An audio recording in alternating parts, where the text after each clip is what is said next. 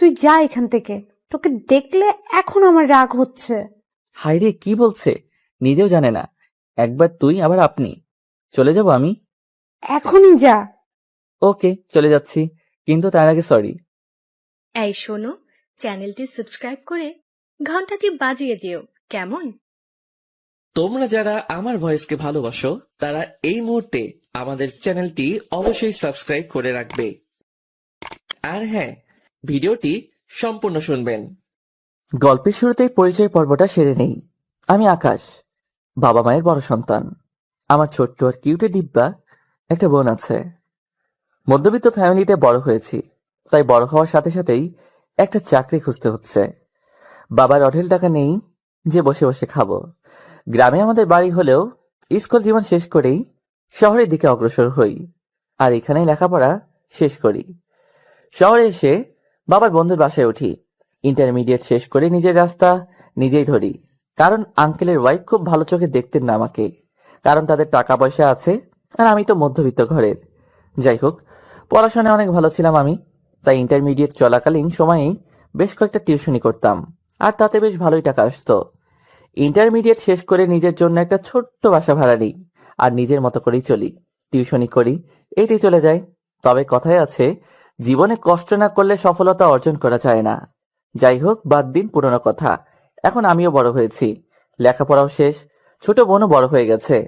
বাবা একা মানুষ, এত বছর সংসার দেখে আসছেন, এখন তো আমার দেখা পালা। কিন্তু এই বাস্তবময় কঠিন জীবনে এত তাড়াতাড়ি সুখ আশা করাটাও বোকামি। শহরের ইট বালু সিমেন্টের কনক্রিটে মোড়ানো মানুষগুলোও এখন কনক্রিট হয়ে গেছে। এত সহজে চাকরি পাওয়া অসম্ভব। এই দিয়ে 21 নম্বর চাকরির ইন্টারভিউ দিতে যাচ্ছি। জানি না কপালে কি আছে, মনে হয় না এই চাকরিটাও হবে, কারণ অনেক বড় কোম্পানি এইটা। আর আগে যে কয়টা ইন্টারভিউ দিয়েছি সবগুলোতে ইন্টারভিউ অনেক ভালো হয়েছে, সব প্রশ্নের উত্তর দিছি, কিন্তু ওই যে মামুনাই আমার, শালার সরকারি চাকরিতে ঘুষ খাই জানি, এখন কোম্পানির চাকরিতেও ঘুষ। বাবার পরিশ্রমের টাকা এইভাবে ঘুষ দিয়ে চাকরি পাওয়ার দরকার নেই আমার, তাই আগেরগুলো হয় নাই। এখন দেখি এটার কি অবস্থা। খুব সকালে ঘুম থেকে উঠে রেডি হয়ে সব কাগজপত্র নিয়ে বেরিয়ে পড়লাম। সকাল 9টায় ইন্টারভিউ, তাই লেট করা যাবে না। রিক্সাও পাচ্ছি না, তাই সামনে একটু হাঁটছিলাম, একটু তাড়াহুড়ো করেই হাঁটছি। কোথা থেকে একটা মেয়ে এসে গায়ে পড়লো। গায়ে বললে ভুল হবে, দুজনে ধাক্কা খাইছি, তবে দোষটা মেয়ের। আমি হাঁটছি আর মেয়েটা সাইড থেকে এসে ধাক্কা খেয়ে পড়ে গেল। আমি তাকিয়ে দেখি একটা পরি বাটিতে পড়ে আছে, দেখে খুব মায়া হলো, হাতটা বাড়িয়ে দিলাম। কোনো কথা না বলে নিজেই উঠে দিল কষে এক থাপ্পড়। আমি তো চোখে তারা দেখা শুরু করলাম, অপ্রস্তুত ছিলাম তাই চটটা জোরেই লাগলো। স্বাভাবিক হওয়ার আগে মেয়েটা বলা শুরু করলো, ছোট লোকের বাচ্চা, দেখে চলতে পারিস না? ইচ্ছে করছে তোকে এখানেই শেষ করে ফেলি।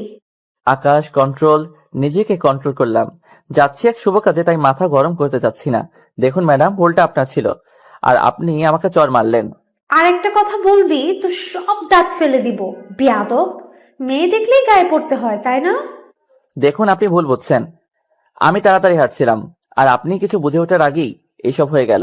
আচ্ছা, তারপরেও আমি সরি বলছি। তোদের মতো ছেলেদের ভালো করে জানা আছে, ইচ্ছে করে গায়ে পড়বি আবার সরিও বলবি। দিলাম একটা বসিয়ে, হাতের শক্তি দিয়ে বসালাম একটা থাপ্পড়। থাপ্পড় খেয়ে মেয়েটার চোখ লাল হয়ে গেছে, মুখে হাত দিয়ে আমার দিকে তাকিয়ে চোখের আগুনে পোড়াচ্ছে আমাকে। এই নিজেকে কি ভাবিস হ্যাঁ?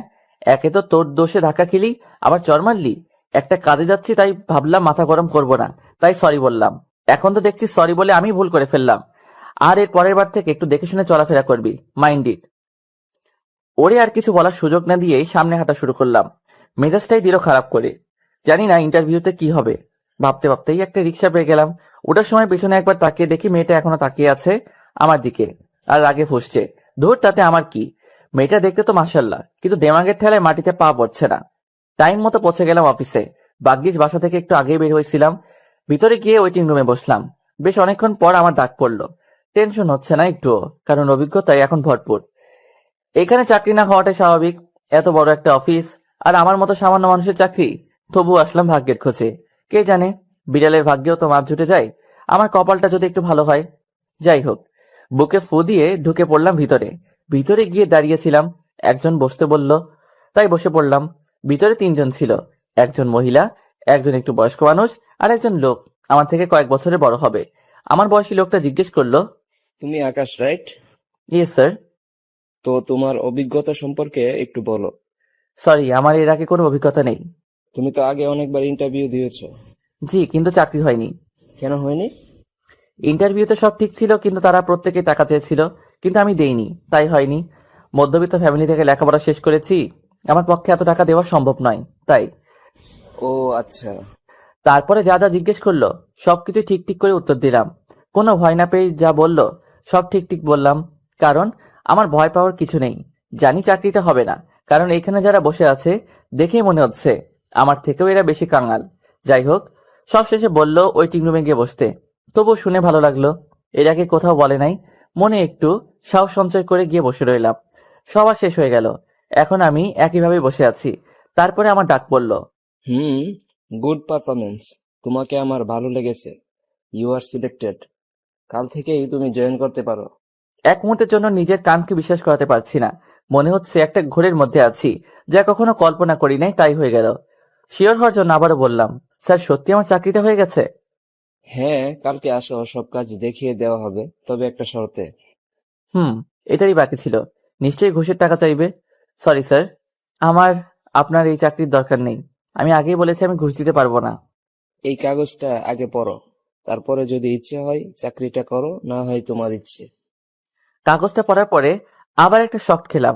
এতে লেখা আছে আগামী 3 বছরের কন্ট্রাক্ট। এই 3 বছরের মধ্যে আমি চাকরি ছেড়ে যেতে পারবো না। শুধুমাত্র বস নিজের ইচ্ছায় যদি বের করে দেয় তাহলে বেরিয়ে যেতে বাধ্য। খুশিতে চোখ ছলছল করে উঠল। স্যার, আমি ভাবিনি আপনাদের এত বড় একটা কোম্পানিতে এত সহজে চাকরিটা হয়ে যাবে। তোমার সবকিছুই আমার ভালো লেগেছে। আর তুমি তো অনেক মেধাবী। আশা করি খুব ভালো করে কাজ করবে, আর কাল থেকেই চলে আসবে। জি স্যার। আজকের মতো খোশ মেজাজে বাসায় চলে আসলাম। মন অনেক ভালো। বাসায় মিষ্টি নিয়ে গেলাম। যেখানে থাকি সেই বাসার মালিক আমাকে অনেক ভালো জানেন, নিজের ছেলের মতো দেখে।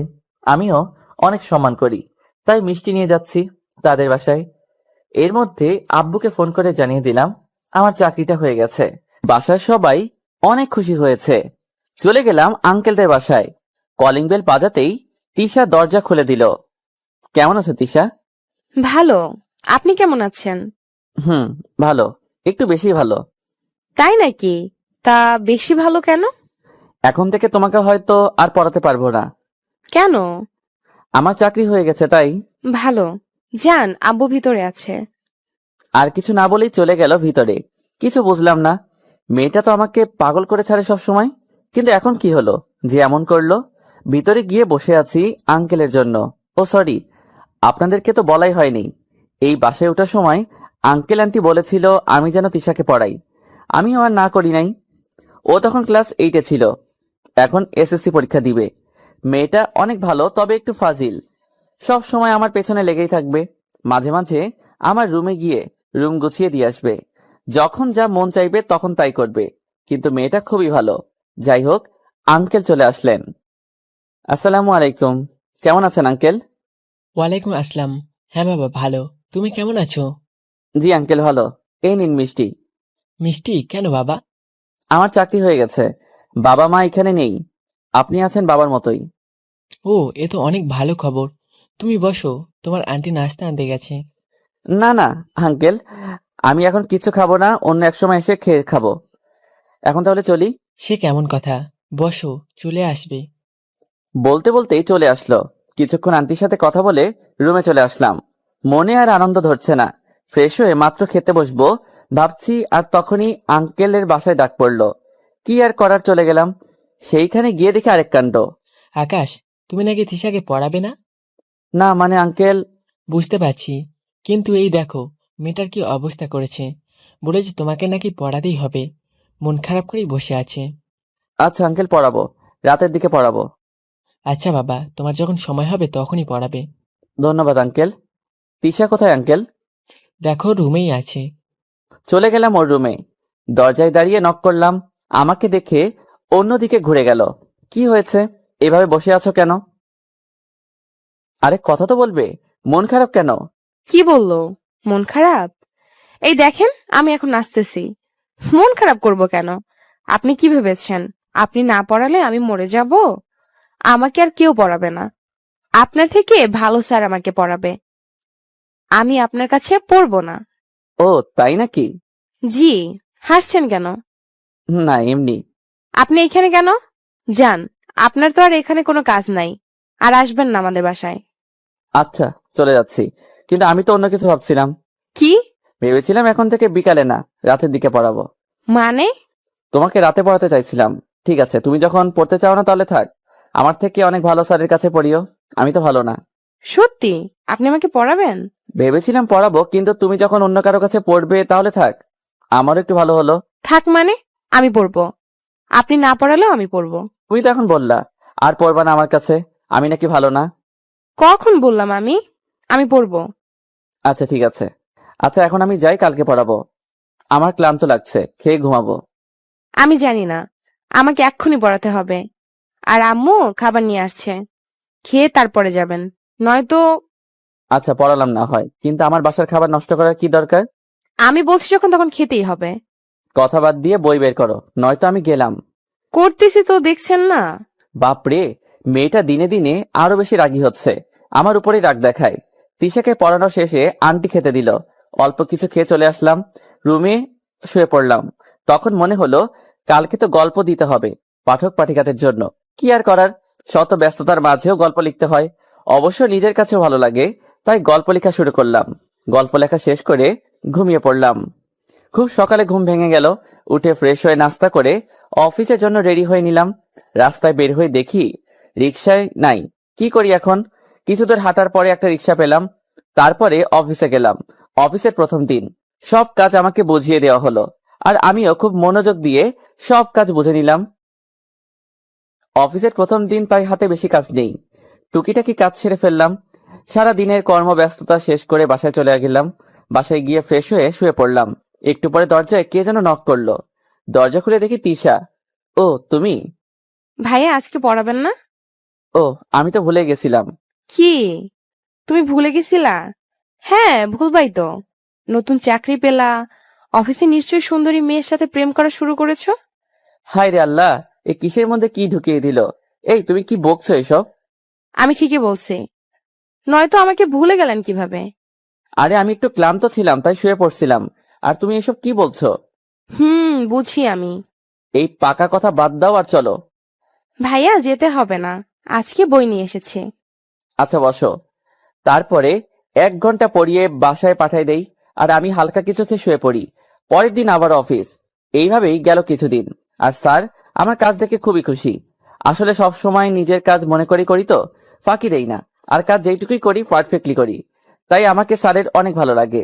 একদিন অফিসে বসে কাজ করছিলাম, আর তখন স্যারের রুমে ডাক পড়লো। চলে গেলাম স্যারের রুমে। স্যার ডেকেছেন? হ্যাঁ, আকাশ, কাল থেকে এই চেয়ারে আর আমি বসছি না।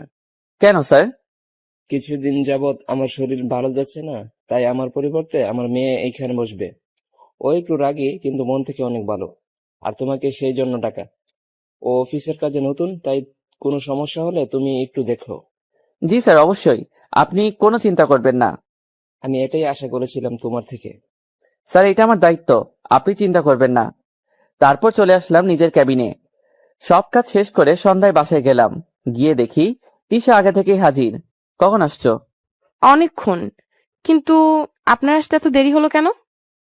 আর বলো না, কালকে থেকে আমার অফিসের বস চেঞ্জ হবে। তার পরিবর্তে তার মেয়ে অফিস দেখাশোনা করবে। কি, এইখানেও মেয়ে? কেন, তোমার সমস্যা কোথায়? এমনি। বলো। কিছু না, আপনি ওই মেয়ে থেকে দূরে দূরে থাকবেন। কেন? তো কি, কোলে বসবেন নাকি? আরে তুমি এইভাবে রিয়েক্ট করছো কেন? আচ্ছা বুঝছি, মাথা গরম। তুমি বসো, আমি ফ্রেশ হয়ে আসছি। আর কিছু না বলেই ওয়াশরুমে চলে গেলাম। বের হয়ে দেখি আমার ফোন তিশার হাতে। এই কি করছো? না, কিছু না। বই বের করো। কিছুক্ষণ পড়ানোর পরে হঠাৎ কি হলো জানি না, বলে আর পড়াবেন না। কি আর করা, ছেড়ে দিলাম। এই মেয়ের মাথায় কি ঘুরে কে জানে, যখন যা মন চায় তাই করে। যাই হোক, আমি খেয়ে শুয়ে পড়লাম। সকালে উঠে ফ্রেশ হয়ে নাস্তা করে অফিসে চলে গেলাম। আজকে নতুন বস আসবে, তাই সময় মতো অফিসে চলে গেলাম। একটু পরে ম্যাডামের এন্ট্রি হলো। জিন্স আর শার্ট পরে আসছে। দূর থেকে দেখলাম যা লাগছে, অসম্ভব সুন্দরী। সাথে স্যারও আছেন। যখনই কাছে আসলো তখনই দেখে মনে হচ্ছে আমি ম্যাডামকে চিনি, আগে কোথাও দেখেছি। একটু মনে করলাম, এটা তাহলে স্যারের মেয়ে। আল্লাহ গো, জীবনে কি আর বাড়ির মুখ দেখতে পারবো? এই মেয়ে যেই পরিমাণ বদরাগী, আমার জীবন শেষ। এখন থেকে তার আন্ডারে কাজ করতে হবে, আমি তো শেষ। বুঝতে পারলেন না তো? হ্যাঁ, এইটাই সেই রাক্ষসী মহিষী মেয়ে যার সাথে প্রথমে ঝগড়া করি, মানে যারে আমি চর মারছিলাম। আমারে দিছিল সেটা কেউ মনে রাখেন না, আমি দিছিলাম সেটা মনে রাখেন। সব স্টাফদের ডাকলেন আর ম্যাডামের সাথে পরিচয় করিয়ে দিলেন। নাম কারিমা খানম। বাহ, যেমন সুন্দর নাম, দেখতেও মাশাল্লাহ, কিন্তু এত রাগী কেন? দেমাগে মনে হয় মাটিতে পা পড়ে না। স্যার সবার সাথে পরিচয় করিয়ে দিয়ে আমার সাথে পরিচয় করিয়ে দিলেন। Hello ma'am. তুই তুই এখানে কি করছিস? কারিমা, কি হয়েছে? এইভাবে কথা বলছো কেন? না স্যার, তেমন কিছু না। আব্বু, ও এইখানে কেন? ওর নাম আকাশ। আমি সব থেকে বিশ্বাস করি ওকে। ও খুবই ভালো, সব কাজে এক্সপার্ট, সবার থেকে আলাদা। তোর যা প্রবলেম হবে ওকে বলবি, ও সব দেখিয়ে দিবে। থাক, আর গুনগান গাইতে হবে না। রাগ দেখিয়ে তার ক্যাবিনে চলে গেল। আল্লাহ, তুমিই জানো কি আছে কপালে। এখন তো পড়েছি জমের হাতে, খানা খেতে হবে একসাথেই। যাই হোক, পরে দেখা যাবে, এখন একটু দম নিয়ে বাঁচি। আমিও আমার ক্যাবিনে চলে গেলাম আর কাজ শুরু করলাম। স্যার চলে গেল বাসায়, আর এইদিকে কারিমা ভাবছে, হা হা হা, ভালোই হলো, এতদিনে তোকে খুঁজে পেলাম, তাও আবার নিজের হাতের মুঠোয়। তোকে আমি দেখে নিব, এমন অবস্থা করব তোর, মনে রাখবি সারা জীবন। এইদিকে আমার অবস্থা খারাপ। প্রথম দিন দেখেই বুঝতে পারছিলাম এই মেয়ে কেমন। আমার অবস্থা এখন 13টা বাজবে। সব চিন্তা বাদ দিয়ে কাজে মন দিলাম। একটু পরে আমার ডাক পড়লো ওর রুমে। আমি দরজা খুলে একটু ভিতরে ঢুকে বললাম, ম্যাম আসবো? এই বেয়াদব, ভদ্রতা শিখিস না আগে? কারো রুমে ঢোকার আগে পারমিশন নিতে হয় জানিস না? যা বাহিরে গিয়ে আমার থেকে পারমিশন নিয়ে পরে আয়। এইটারই বাকি ছিল, অপমান করলো। জি ম্যাম। কি আর করার, বাইরে গিয়ে আবার অনুমতি নিয়ে ভিতরে গেলাম। জি বলুন। এই ফাইলগুলো করে আন, 2 ঘন্টার মধ্যে যদি ঠিক করে আনবি, পরে আমাকে বুঝিয়ে দিবি। জি ম্যাম। 5টা ফাইল দিল করার জন্য, 2 ঘন্টায় কিভাবে করব বুঝতেছি না।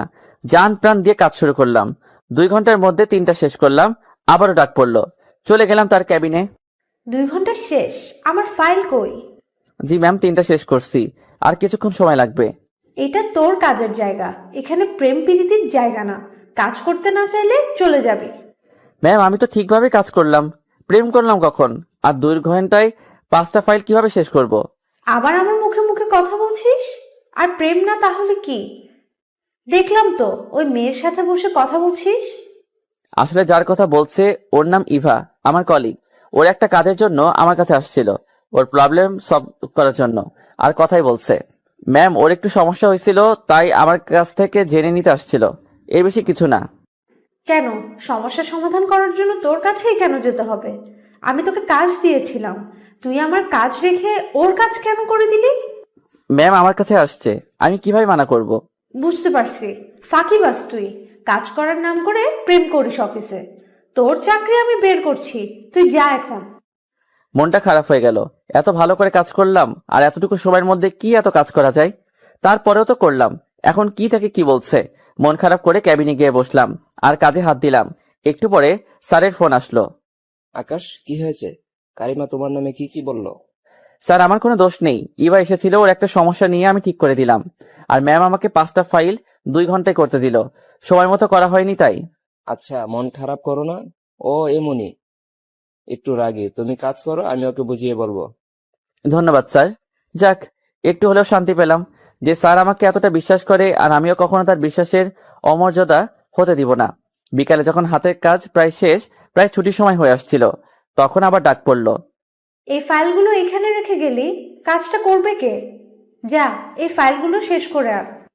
ম্যাম, একটু পরে তো ছুটি হয়ে যাবে, আর এইগুলো শেষ করতে অনেক টাইম লাগবে। তুই কাজ শেষ করেই বাসায় যাবি, এর আগে বাসায় যেতে পারবি না। জি ম্যাম। বলে ফাইলগুলো নিয়ে চলে আসলাম। জানি বলেও কাজ হবে না, এইগুলো শেষ না হওয়ার আগে আমাকে ছাড়বে না, তাই আর কিছু না বলে চলে আসলাম। কাজ করছি, একটু পরে সবাই বের হয়ে যাচ্ছে, কিন্তু আমার কাজ শেষ হতে আরো 1 ঘন্টা লাগবে। অবশেষে কাজ শেষ করলাম। তখন আর কেউ ছিল না অফিসে, তাই কাজগুলো ক্যাবিনে রেখে বাসায় চলে গেলাম। বাসায় গিয়ে দেখি তিশা বসে আছে। কখন আসছো? থাক, জেনে কি করবেন? এমন করে বলছো কেন? আসতে এত দেরি হলো কেন? আর বলো না, নতুন ম্যাডাম আসছে, আর এসে আমাকে এতগুলো কাজ দিয়ে দিল, সব কাজ শেষ করে আসতে হলো। কাজ করেছেন নাকি ম্যাডামের সাথে প্রেম করেছেন? কি বলছো এসব? তুমি বসো, আমি আসছি। হ্যাঁ জানি, সব ছেলেরাই এমন। মানে? কিছু না। আমার কথা তো আপনার মনে থাকে না, সবসময় কাজ আর কাজ। এখন তার উপরে আবার ম্যাডাম। ধুর, তুমি বসো। হাইরে, কই যাই এখন আমি? একজন হলো রাগের পাহাড় আর একজন আবেগের সমুদ্র। ফ্রেশ হয়ে এসে ওকে পড়াচ্ছি। আচ্ছা ভাইয়া, একটা কথা জিজ্ঞেস করি? বলো। ভাইয়া, আপনি কি প্রেম করেন? কেন? না, এমনি। বলেন। তুমি জেনে কি করবা? প্লিজ ভাইয়া বলেন। না। কি হলো, এমন করছো কেন? কিছু না। পড়ায় মন দাও। পড়ানো শেষ করে ওকে পাঠিয়ে দিলাম, আর আমি খেয়ে ঘুমিয়ে পড়লাম। সকালে উঠে রেডি হয়ে অফিসে চলে গেলাম। আজকে ঘুম থেকে উঠতে একটু লেট হয়ে গেছিল, তাই অফিসে আসতে 10 মিনিট লেট। আজকে আমার খবর আছে। অফিসে গিয়ে কেবিনে বসতেই ডাক পড়লো বসের রুমে। ম্যাম ডেকেছেন? এটা কি তোর বাবার বাসার পেয়েছিস যে যখন মন চাইবে তখন আসবি, যখন মন চাইবে না তখন আসবি না? সরি ম্যাম, আজকে আসতে একটু দেরি হয়ে গেছে। নেক্সট টাইম আর হবে না। নেক্সট টাইম মতো ঠিক তখনই পাবি যখন তুই এই অফিসে থাকবি। আমি তোকে এখনই বের করে দিব। ম্যাম প্লিজ এমনটা করবেন না, আমি কথা দিচ্ছি পরের বার এমন হবে না। কাকে যেন কল দিল। হ্যালো আব্বু, তুমি কাকে বিশ্বাস করো? যে ঠিক মতো কাজ করে না, তার মধ্যে কোনো টাইম সেন্স নেই, কাজ করতে পারে না। আব্বু, আমি ওকে এখনই বের করে দিচ্ছি। না, আমি না বলা পর্যন্ত তুমি ওকে বের করতে পারবে না। আমি ওকে অ্যাপয়েন্ট করেছি, আর ওর সাথে একটা চুক্তি হয়েছে। 3 বছর আগে ও এই চাকরি ছাড়তে পারবে না। মানে? হ্যাঁ, আমি ঠিকই বলছি। রাগ করে ফোন কেটে দিল। এই ছোট লোক, তুই আমার আব্বুকে কি খাইয়েছিস? আমি তোকে ছাড়বো না। ম্যাম আমি তো সরি বলছি। তুই আমার চোখের সামনে থেকে যা। মন খারাপ করে চলে আসলাম। একটু পরে ইভা আসলো আমার ক্যাবিনে। আকাশ, মন খারাপ কেন? কই না তো।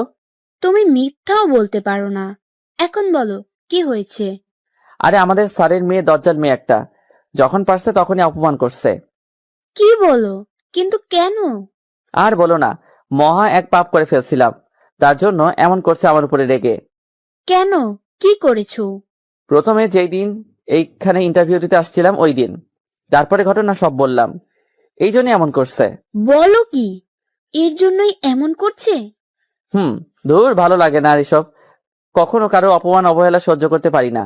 আর এখানে যা করছে আমার সাথে, 2 দিনে যা করেছে, জানি না সামনে কি আছে কপালে। এমন সবাই আবারও ডেকে পাঠালো আমাকে।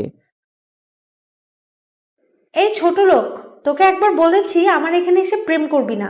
এটা কাজের জায়গা, প্রেম করার জায়গা না। যা, কাজ কর।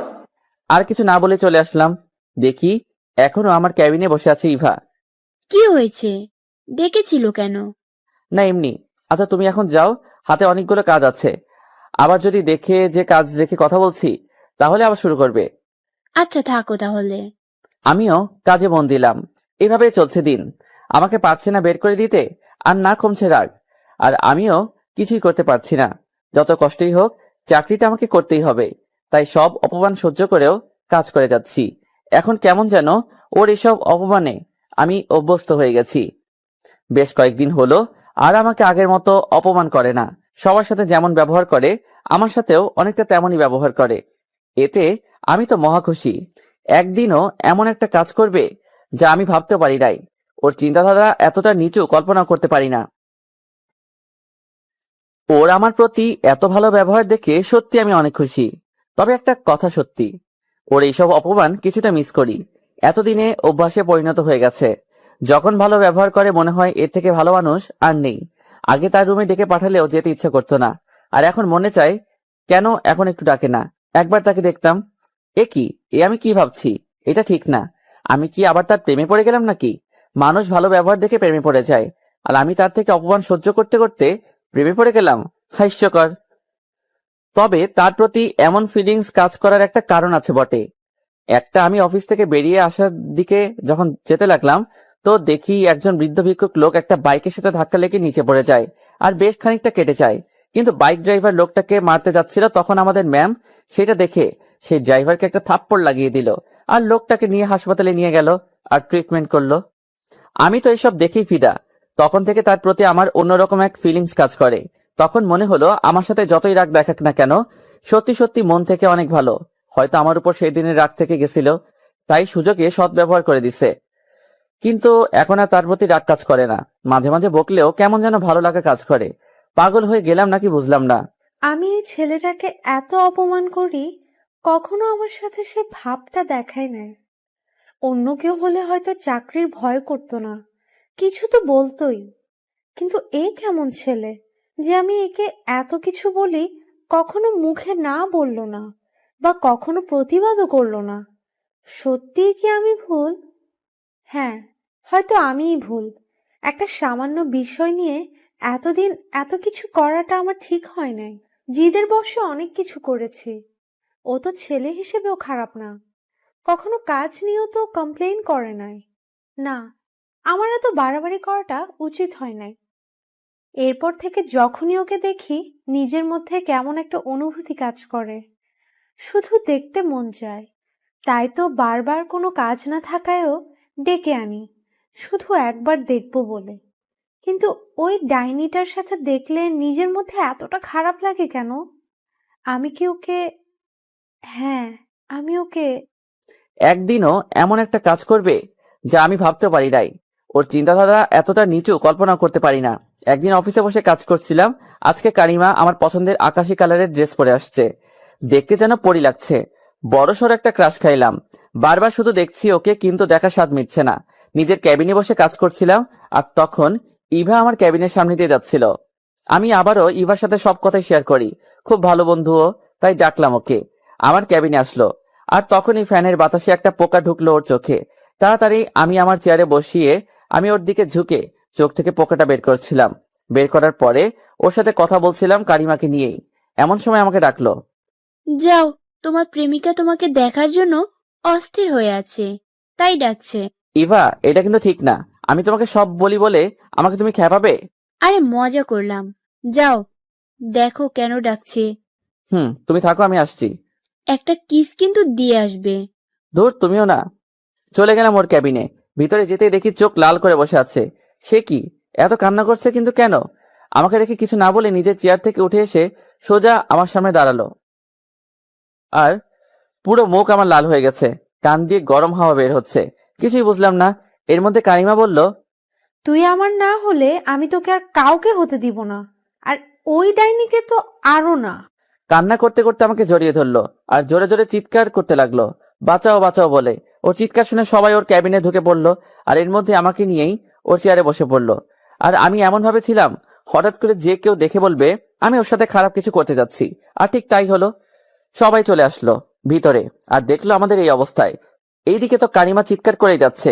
সবাইকে দেখে আমাকে ধাক্কা দিয়ে ফেলে দিয়ে সবার কাছে ছুটে গেল। আর সবাই আমার দিকে এমন ভাবে তাকিয়ে আছে, হয়তো সবাই ভাবছে আমি খারাপ। ওদের ধারণা এমনি হওয়ার কথা। তাই আমি সবাইকে মাত্র বলতে যাব এর আগেই, দেখো, এই ছেলে আমাকে কি করতে যাচ্ছিল, এতটা খারাপ আমি আগে ভাবতেও পারি নাই। আমি ওকে কাজের জন্য ডাকি, আর ও আমার সাথে বাজে ব্যবহার করছে।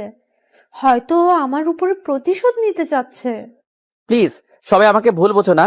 এই সবই মিথ্যে, এমন কাজ আমি করি নাই।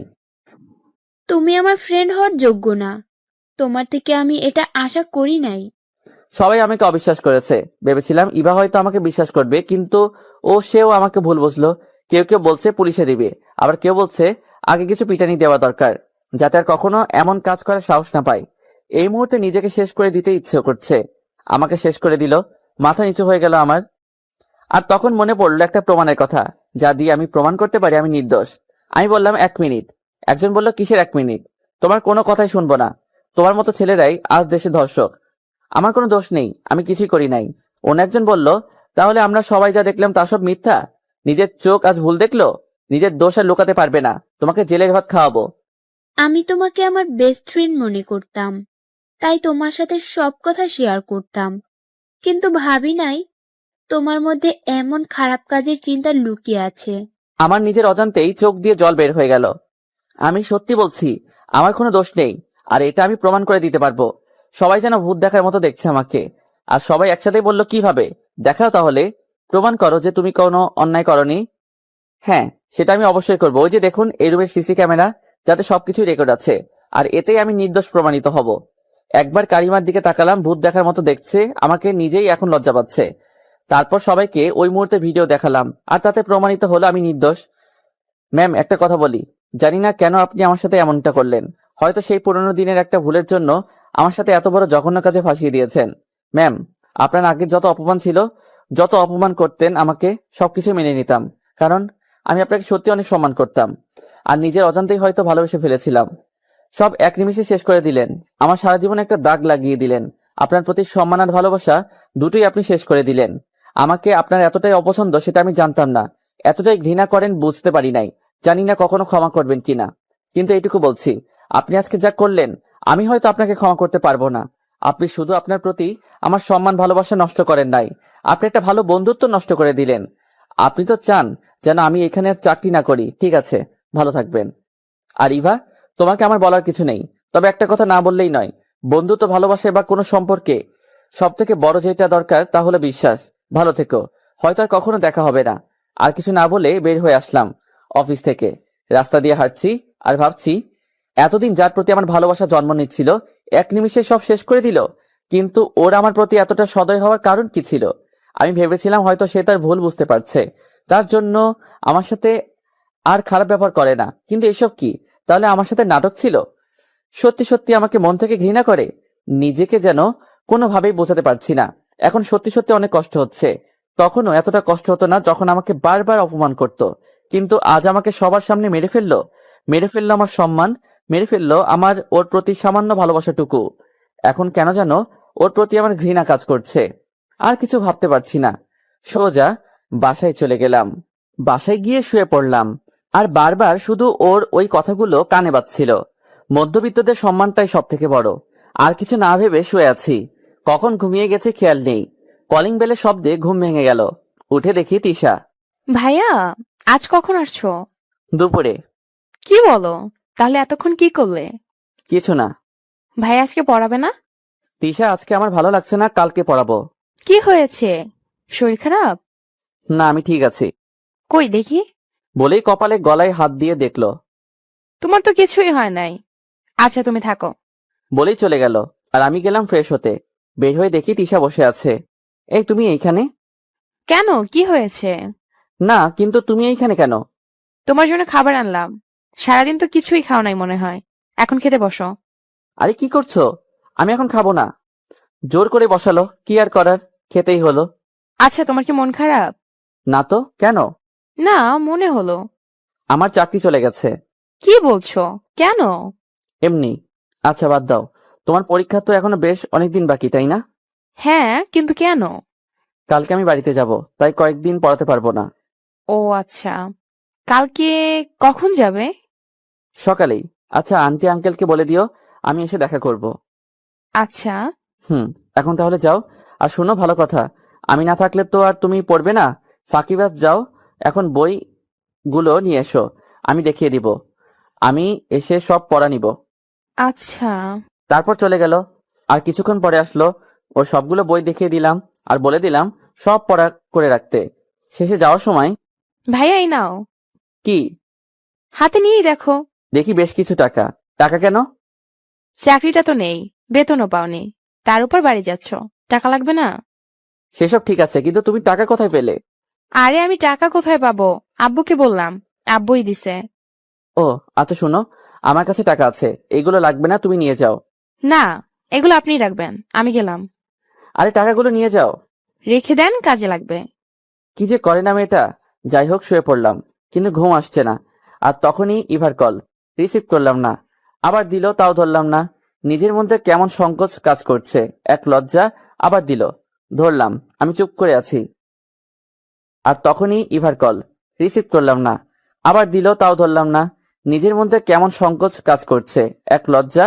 আবার দিল, ধরলাম। আমি চুপ করে আছি। কথা বলবে না? না মানে কি বলবো ভাবছি। রেগে আছো আমার উপরে? আরে না, কি বলছো, রাগ করবো কেন? এতটা সহজভাবে বলে দিলে কি হবে? জানি কষ্ট পাইছো। না, মোটেই না। জানি আমি। আচ্ছা বাদ দাও। সরি। আরে এসব বলার দরকার নেই, সব ভুলে যাও। তখন তোমাদের ওই অবস্থায় দেখে নিজের চোখকে অবিশ্বাস করতে পারিনি। প্লিজ মাফ করে দাও। আরে এইভাবে বলছো কেন? আমি সব ভুলে গেছি। আর তুমি ঠিকই বলছো, সবাই তো ভুল বুঝলো। তুমি কেন বাকি থাকবে? তোমার চোখ তো আর ভিন্ন দেখবে না। আকাশ, সরি। আমার তোমাকে অবিশ্বাস করা ঠিক হয় নাই। বুঝলাম, এখন প্লিজ বাদ দাও। কালকে দেখা করবে। না, আসলে আমি কালকে গ্রামে যাচ্ছি। কেন? এমনি। কবে আসবে? জানি না। আচ্ছা, তাড়াতাড়ি চলে এসো আর এসে দেখা করবে। এখন তাহলে রাখছি। তারপর ঘুমিয়ে পড়লাম। সকালে একটু দেরি করে ঘুম থেকে উঠলাম। আজ অফিস নেই বলে দেরিতে উঠলাম। ফ্রেশ হয়ে নাস্তা করে বেরিয়ে পড়লাম। বাসের টিকিট কেটে রওনা দিলাম। উদ্দেশ্য বাড়ি। বাসে বসে আছি। বাস ছেড়ে দিল। অন্যদিকে কারিমা ওই ঘটনার পরে নিজে থেকে অনেক লজ্জিত। নিজের ভুলটা বুঝতে পারলো, কিন্তু ওর বাবাকে কিছু বলল না। ভেবেছে সব ঠিক হয়ে যাবে, আর কালকে আকাশ অফিসে গেলে ক্ষমা চেয়ে নিবে। তাই পরের দিন একটা শাড়ি পরে অফিসে গেল। নিজের ক্যাবিনে গিয়ে বসলো, আর যাওয়ার সময় একবার আমার ক্যাবিনের দিকে উকি দিল, কিন্তু কেউ নেই, খালি পড়ে আছে। ভেবেছে চলে আসবে। ঘড়ির দিকে তাকিয়ে দেখে আজ সে একটু আগে অফিসে চলে আসলো। তাই সে অপেক্ষা করছে আমার জন্য। একে একে সবাই চলে আসলো, কিন্তু আমার খবর নেই। এইদিকে কালিমা অস্থির হয়ে যাচ্ছে, কখন আসবে কখন দেখবে। না, কিছুই ভালো লাগছে না। ইভাকে ক্যাবিনে রাখলো। ম্যাম ডেকেছেন? আকাশ আসেনি? সরি ম্যাম, কাল আপনি যা করেছেন এর পরেও কি আসবে বলে আপনার মনে হয়? আসলে কালকের জন্য আমি সরি। জানি না মাথায় কি চেপেছিল, মাথায় রক্ত উঠে গেছিল, তাই কি থেকে কি করে ফেলেছি। রাগের মাথায় যা করেছেন সবই ভুল। আপনার আর ওর সাথে প্রথম ঝগড়া থেকে শুরু করে সব কথাই বলেছে আমার সাথে। এও বলেছে আপনি কিভাবে ওর সাথে খারাপ ব্যবহার করতেন। তবুও আপনার প্রতি ওর কোনো রাগ ছিল না। আপনার সবকিছুই ও হাসি মুখে মেনে নিত।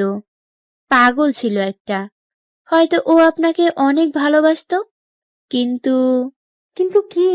কিন্তু ও কখনো সেটা বলার মতো সাহস করে তুলিনি, কারণ ও নিজের পজিশনটার দিকে তাকিয়ে সব ভুলে থাকতো। একজনকে একজনের ভালো লাগতেই পারে, যেমন আপনাকে লেগেছিল, আর আমাকে ওর সব থেকে ভালো বন্ধু মনে করত। কিন্তু আপনার এমন একটা কাজের জন্য আজ আমাদের বন্ধুত্বটা নষ্ট হয়ে যাচ্ছে। সত্যি ভুল আমারই। আমি এতদিন ধরে ওরে চিনি, কখনো এমন বাজে ব্যবহার করার কথাও কল্পনাও করতো না, কিন্তু নিজের চোখ অবিশ্বাস করতে পারছিলাম না। আমিও ওকে অবিশ্বাস করে ফেলছিলাম। আকাশ আজ আসবে না? না, কেন? মনে হয় ও আর কখনোই আসবে না। কি বলছো? না, এ হতে পারে না। ও আমাকে ছেড়ে এভাবে চলে যেতে পারে না।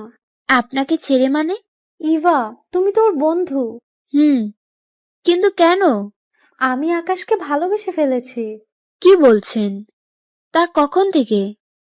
যখন তার উপরের মিথ্যার দোষ সরে গেল তখন থেকে? না, আমি ওকে অনেকদিন ধরে ভালোবাসি। আমিও বলতে পারছিলাম না, এই ভেবে যে ও কিভাবে নিবে বিষয়টা। মিথ্যা বলছেন আপনি।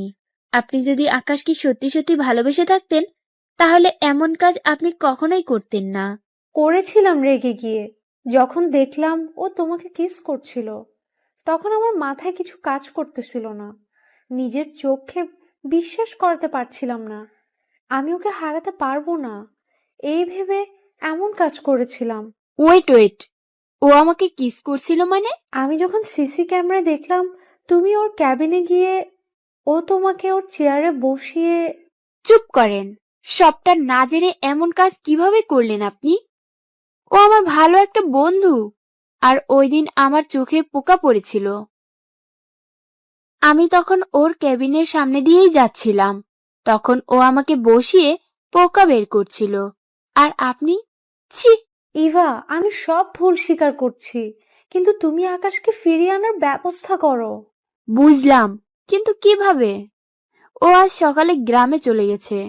চলে গেছে মানে? কবে ফিরবে? জানি না।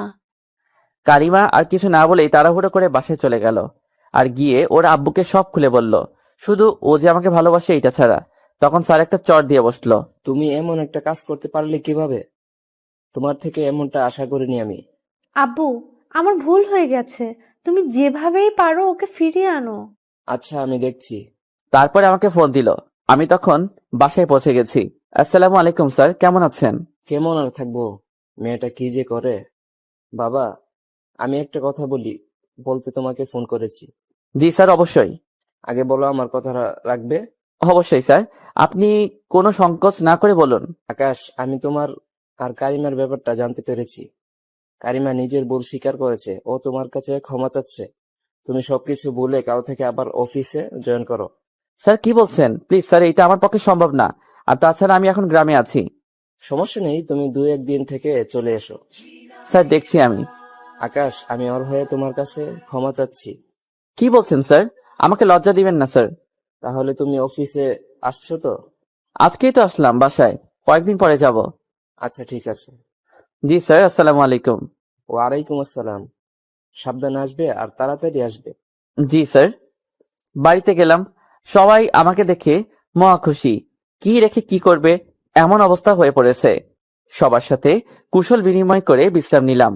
বাসার সবাই খুবই খুশি, আমাকে নিয়ে যেন সব আনন্দ।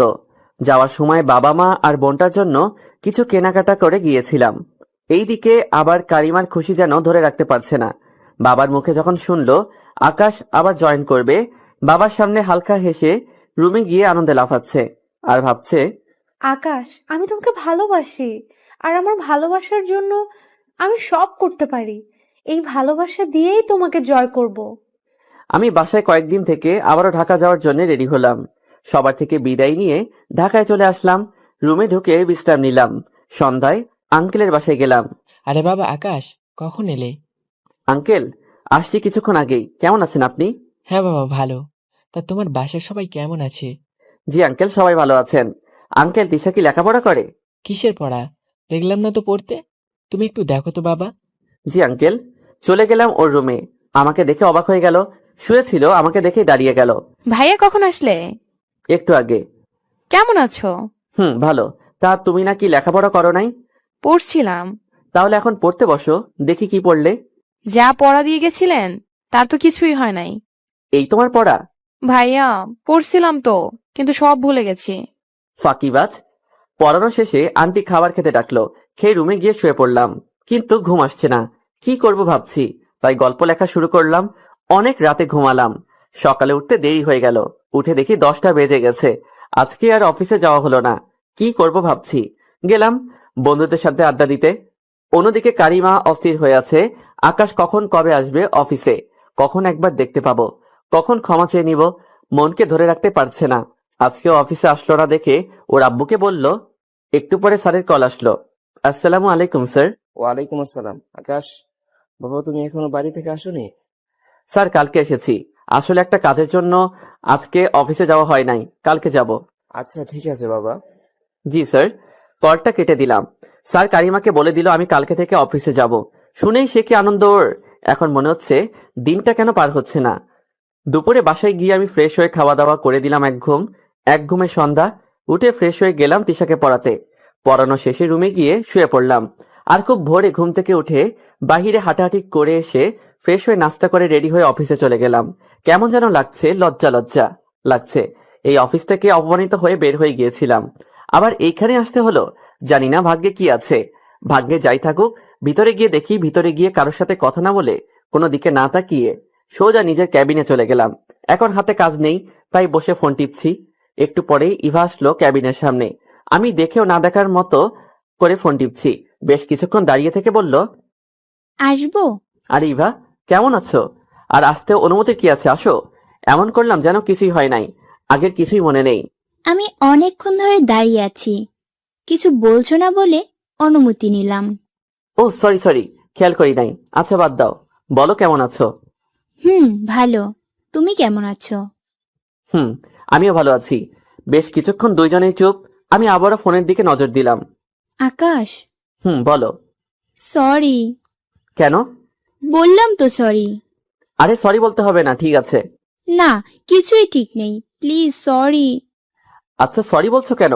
এমনটাই হওয়ার কথা ছিল। তোমার জায়গায় তুমি যা করেছো ঠিক আছে, আমি কিছু মনে করি নাই। আকাশ, আমার সত্যি ভুল হয়ে গেছে। আমার তোমার উপর বিশ্বাস করার কথা ছিল, কিন্তু আমি কি না। ছি।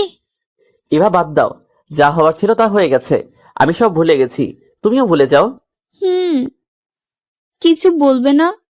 আচ্ছা এখন যাও, ম্যাডাম চলে আসবে। যদি দেখে কাজ রেখে কথা বলছি আবার কি না কি বলে। তুমি এখন চলো, কফি খাবো। এখন না, পরে খাবো। বলতে না বলতেই ম্যাডাম হাজির আমার ক্যাবিনের সামনে। আমি দাঁড়িয়ে গেলাম আর সালাম দিলাম। ইভা আমাদের দেখে চলে গেল নিজের ক্যাবিনে। দুইজনেই চুপ। আমি মাথা নিচু করে দাঁড়িয়ে আছি। কারিমা বলা শুরু করলো, আকাশ, জি ম্যাম। তোমাকে সরি বলার মতো মুখ নেই আমার। আর তারপরেও বলছি, প্লিজ আমাকে ক্ষমা করে দাও। আসলে তখন আমার কি হয়েছিল বুঝতে পারি নাই। নিজেকে পাগল পাগল লাগছিল। কি ভেবে কি করেছিলাম। আকাশ, প্লিজ মাফ করে দাও। এক ঝটকায় হাত ছাড়িয়ে নিলাম। ছি ছি ম্যাম, কি বলছেন এসব? আপনার ক্ষমা চাওয়ার দরকার নেই। আপনারা বকতেই পারেন, আর আমরা ছোট মানুষ। আপনারা অফিসে কাজ করি। আপনি ক্ষমা চেয়ে আমাকে আর ছোট করবেন না। ম্যাম, শুধু একটা কথাই বলবো, কখনো কারো সম্মান নিয়ে এমন কিছু করবেন না যাতে তার সম্মানহানি হয়। আমরা মধ্যবিত্ত মানুষ, সম্মানটাই সব থেকে বড়। সম্মানটা হারালে বেঁচে থাকার মতো অবশিষ্ট কিছু থাকে না। ম্যাম, কিছু বলবেন? আকাশ, সত্যি আমার ভুল হয়ে গেছে। ম্যাম প্লিজ সরি বলবেন না। আমি সব ভুলে গেছি, আপনিও সব ভুলে যান। আর আপনি মালিক, আমার মতো নগণ্য মানুষের কাছে ক্ষমা চেয়ে নিজেকে ছোট করবেন না। কারিমা আর কিছু না বলে চলে গেল কান্না করতে করতে। আর আমি একটা দীর্ঘশ্বাস ফেলে চেয়ারে বসে পড়লাম। আমি কাজে মন দিলাম। একটু পরে কয়েকটা ফাইল দিল পিয়ন এসে। ফাইলগুলো শেষ করে আবারও পিয়নের হাতে দিলাম ম্যামকে দিয়ে দেওয়ার জন্য। দুপুরে লাঞ্চের জন্য ইভা ডাকতে আসলো। আকাশ, চলো লাঞ্চ করে আসি। যাও, এই কাজটা শেষ করে আসি। আরে চলো এখনই, কাজ পরে করবে। কি আর করব, জোর করে নিয়ে গেল। আসলে আমি ইচ্ছা করেই যেতে যাচ্ছিলাম না, তবু যেতে হলো। এইদিকে কারিমা আমাকে দেখেছে সব সময়। ইভা আমাকে জোর করে নিয়ে গেল, সেটা দেখে ওর গায়ে আগুন ধরার মতো অবস্থা।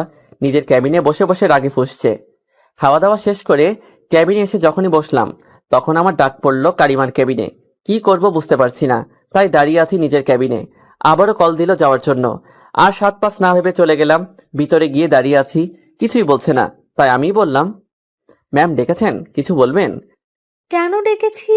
বলে কি দোষ করে ফেলেছি? ছি ছি ম্যাম, আমি তা বলিনি। কেন ডেকেছেন বললে তাড়াতাড়ি যেতে পারতাম। তাড়াতাড়ি গিয়ে কি করবে? ওই ডাইনি ইভার সাথে গল্প করবে? ম্যাম কি বলছেন বুঝতে পারছি না, হাতে অনেক কাজ আছে। কাজ থাকলে পরে করবে, এখন আমি ডেকেছি, কোনো কথা বলবে না। আমাকে বসতে বলল। আমিও চেয়ার টেনে বসে পড়লাম। কারিমা উঠে এসে আমার পাশে চেয়ার টেনে বসলো আর এক প্যাকেট বিরিয়ানি বের করলো আর একটা প্লেটে রাখলো। নাও, খাও। কি বলছেন ম্যাম? এইগুলো আপনার জন্য, আমি কেন খাবো? খেতে বলেছি, খাও, বেশি কথা বলবে না। ম্যাম, এসব আমার খাবার, আমার পেটে হজম হবে না, বদহজম হবে। আপনি খান। আমি খেতে বলছি, খাও। ম্যাম, আমি খেতে পারবো না। বলতে না বলতেই এক ধাক্কায় সব খাবার ফেলে দিল। সব রাগ খাবারের উপর দিয়ে দিল আর আমার দিকে একদম নরম ভাবে তাকালো। ম্যাম কি করলেন এইসব? তাহলে তুমি খেলে না কেন? ম্যাম, আমার খাওয়া না খাওয়া দিয়ে আপনার কি আসে যায়? আর তাছাড়া অফিসে আরো অনেকে কাজ করে, খাওয়ালে সবাইকে খাওয়ান, আমাকে এইভাবে ডেকে কেন খাওয়াচ্ছেন? তুমি আর সবাই এক না। বুঝলাম না ম্যাম, আর বুঝতেও চাচ্ছি না। আর যদি কোনো কাজ থাকে বলেন, নয়তো আমি যাচ্ছি। দেখি কারিমার চোখ টলমল করছে জলে, তাতে আমার কি? আমি আর কিছু না বলে চলে এলাম আমার ক্যাবিনে আর কাজে মন দিলাম। বিকালে ইভা কফি খাওয়ার জন্য ডাকলো। যাবো না বললেও না শুনে নিজে কফি নিয়ে আসলো আমার ক্যাবিনে। কি আর করার, খেতেই হলো। এইসব আবার কারিমা দেখছে। একটু পরে আবার ডাক পড়লো। ধুর, ভাল লাগে না। যাই দেখি আবার কি নমুনা দেখাই। চলে গেলাম ক্যাবিনে। ভিতরে ঢুকতেই ও নিজে উঠে এসে আবার শার্টের কলার ধরে টেনে নিয়ে চেয়ারে বসালো। ম্যাম, ম্যাম কি করছেন? এভাবে ধরছেন কেন? কেন? আমি ধরলেই দোষ, তাই না? আর ওই ডাইনিটা তোকে টেনে নিয়ে যায়, আবার কফি খাওয়ায়, এইসব ভালো লাগে, তাই না? ম্যাম কি বলছেন এইসব? কারিমার চোখ দিয়ে যেন আগুন বের হচ্ছে। কি বলছি মানে? বুঝতে পারছিস না? ওর সাথে তোর এত কিসের ঘষাঘষি, হ্যাঁ? কফি খাওয়ার দরকার হলে আমাকে বলবি। আপনাকে কেন বলবো? আর আমি ওর সাথে যা মন চাই তাই করি, তাতে আপনার কি? আমার সব। আমি বলছি তুই আর ওর সাথে বেশি কথা বলবি না। এখন এই নে, কফি খা। ম্যাম, এখন কফি খাবো না। ও, তোমার তো আবার ইভার হাতের কফি খেতে হবে, তাই না? ম্যাম, সব কথাই ইভাকে কেন টানছেন? সব নষ্টের মূল ওই ইভা। ওর কথা বলবো না তো কার কথা বলবো?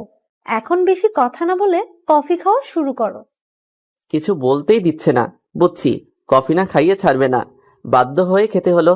খাওয়া শেষ করে চলে যেতে গেলাম। এই, আমি তোমাকে যেতে বলেছি? জি না ম্যাম, কিন্তু আমি এখন কি করব? এইখানেই বসে থাকবে, আবার কফি খাও। আবারও 1 কাপ কফি দিব? সব রাগ এখন এই বেচারা কফির উপরে ঝাড়ছে আর আমাকে শাস্তি দিচ্ছে। কিছু করার নেই, মেনে নিতেই হবে। তাই খাওয়া শুরু করলাম। এক এক করে 5 কাপ কফি খাওয়ালো আর পাক্কা একটা 30 মিনিট বসিয়ে রাখলো। যেতেও দিচ্ছে না, আবার কিছু বলছেও না। অবশেষে মুক্তি পেলাম। এক দৌড়ে বাহিরে গেলাম আর নিজের ক্যাবিনে গিয়ে বসে পড়লাম। ছুটি হয়ে গেল আর আমি সোজা বাসায় চলে গেলাম। এইভাবে যাচ্ছে আমার অফিস। প্রতিদিনই এমন করবে। লাঞ্চের সময় হলেই তার ক্যাবিনে ডেকে নিয়ে খাওয়াবে। না খেলে আর রক্ষে নেই, ভাঙচুর শুরু করে দেয়। ভয়ে না খেয়েও পারি না। অফিসে কোনো মেয়ের সাথে কথা বলতে দেখলেই আমার অবস্থা খারাপ। আর বিশেষ করে ইভার সাথে তো একদমই না। সব সময় চোখে চোখে রাখে, আড়াল হতে দেয় না। একদিন অফিসে বসে আছি, একটা নতুন মেয়ে জয়েন করেছে। ওর কাজে একটু সমস্যা হয়েছে। কেউ একজন আমাকে দেখিয়ে দিল আর সে আমার কাছে আসলো। আমিও কাজগুলো বুঝিয়ে দিলাম। তারপরে পরিচয় হয়ে কিছুক্ষণ কথা বললাম আর একটা মজার কথা বলল মেয়েটা। সেইটা নিয়ে হাসাহাসি করছিলাম। তখনই কারিমার ক্যাবিনে ডাক পড়ল, সাথে সাইমাকেও যেতে বলল। মেয়েটার নাম সাইমা। চলে গেলাম তার ক্যাবিনে। দুইজনে বসে আছি। তখন কারিমা বলল, এই মেয়ে, তুমি আকাশের ক্যাবিনে কি করছিলে? ম্যাম, একটা কাজ ঠিক করতে গিয়েছিলাম। কাজ ঠিক করতে গেছিলে নাকি হাসাহাসি করতে গেছিলে? সব জানি। ম্যাম। আকাশ, তুমি চুপ করে থাকো, তুমি পরে বলবে। তো সাইমা, তোমার কাজে সমস্যা হলে আমার কাছে আসবে, তুমি ওর কাছে কেন গেলে? ম্যাম, সামান্য একটা সমস্যা হচ্ছিল, ভাবলাম এইটার জন্য আপনার কাছে যাব, তাই একজন আকাশ ভাইয়ার কথা বলল। নেক্সট টাইম কোনো সমস্যা হলে সোজা আমার কাছে আসবে। এখন তুমি যাও। জি ম্যাম। সাইমা চলে গেল আর কারিমা আমার দিকে চোখ দিয়ে আগুন ঝরছে। কিছু বলছেও না, আবার কিছু বলতে দিচ্ছেও না। কিছুক্ষণ পরে নিজেই বলতে শুরু করলো, তোমাকে বারণ করছিলাম কোনো মেয়ের দিকে তাকাবে না, আর কথা বলা দূরের কথা।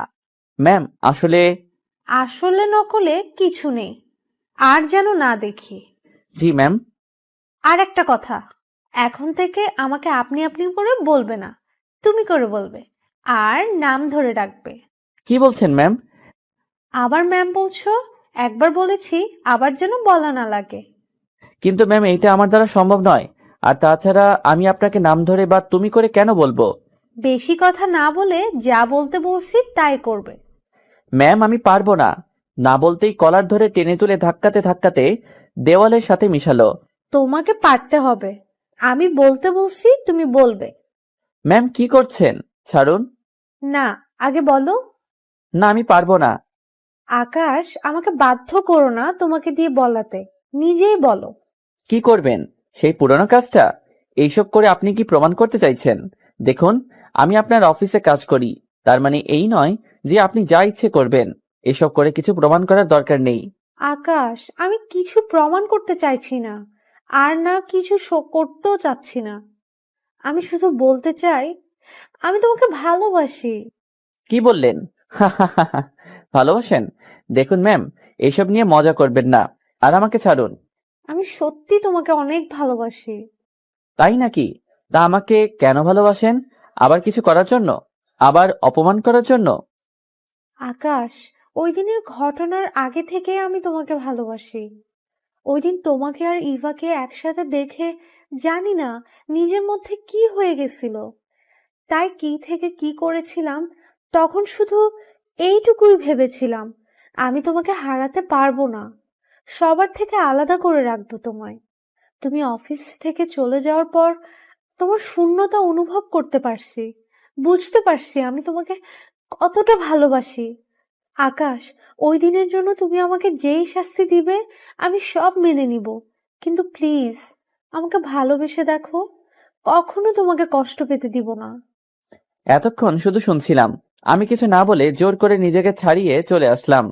কেবিনে বসে আছি, কিছু ভালো লাগছে না। বারবার ওর কথাই মাথায় ঘুরছে। নিজের ক্যাবিনে বসে ভাবছি, কি বললো কারিমা? না, এ হতে পারে না। আবার নতুন কোনো কিছু করার জন্য এইসব বলছে। আমি ওর কথা বিশ্বাস করব না। নিজের কাজে মন দিলাম। কাজ শেষে অফিস থেকে বের হব। গেটে গিয়ে দেখি কারিমা দাঁড়িয়ে আছে। প্রথমে ওর সামনে দিয়ে যেতে যাচ্ছিলাম না, পরে ভাবলাম হয়তো কোনো কাজে দাঁড়িয়ে আছে, তাই ওর দিকে না তাকিয়েই বের হয়ে যাচ্ছিলাম। তখন পেছন থেকে ডাক দিল, জি ম্যাম, কিছু বলবেন? আকাশ, এখন অন্তত তুমি করে বলো, এখন তো অফিস টাইম না।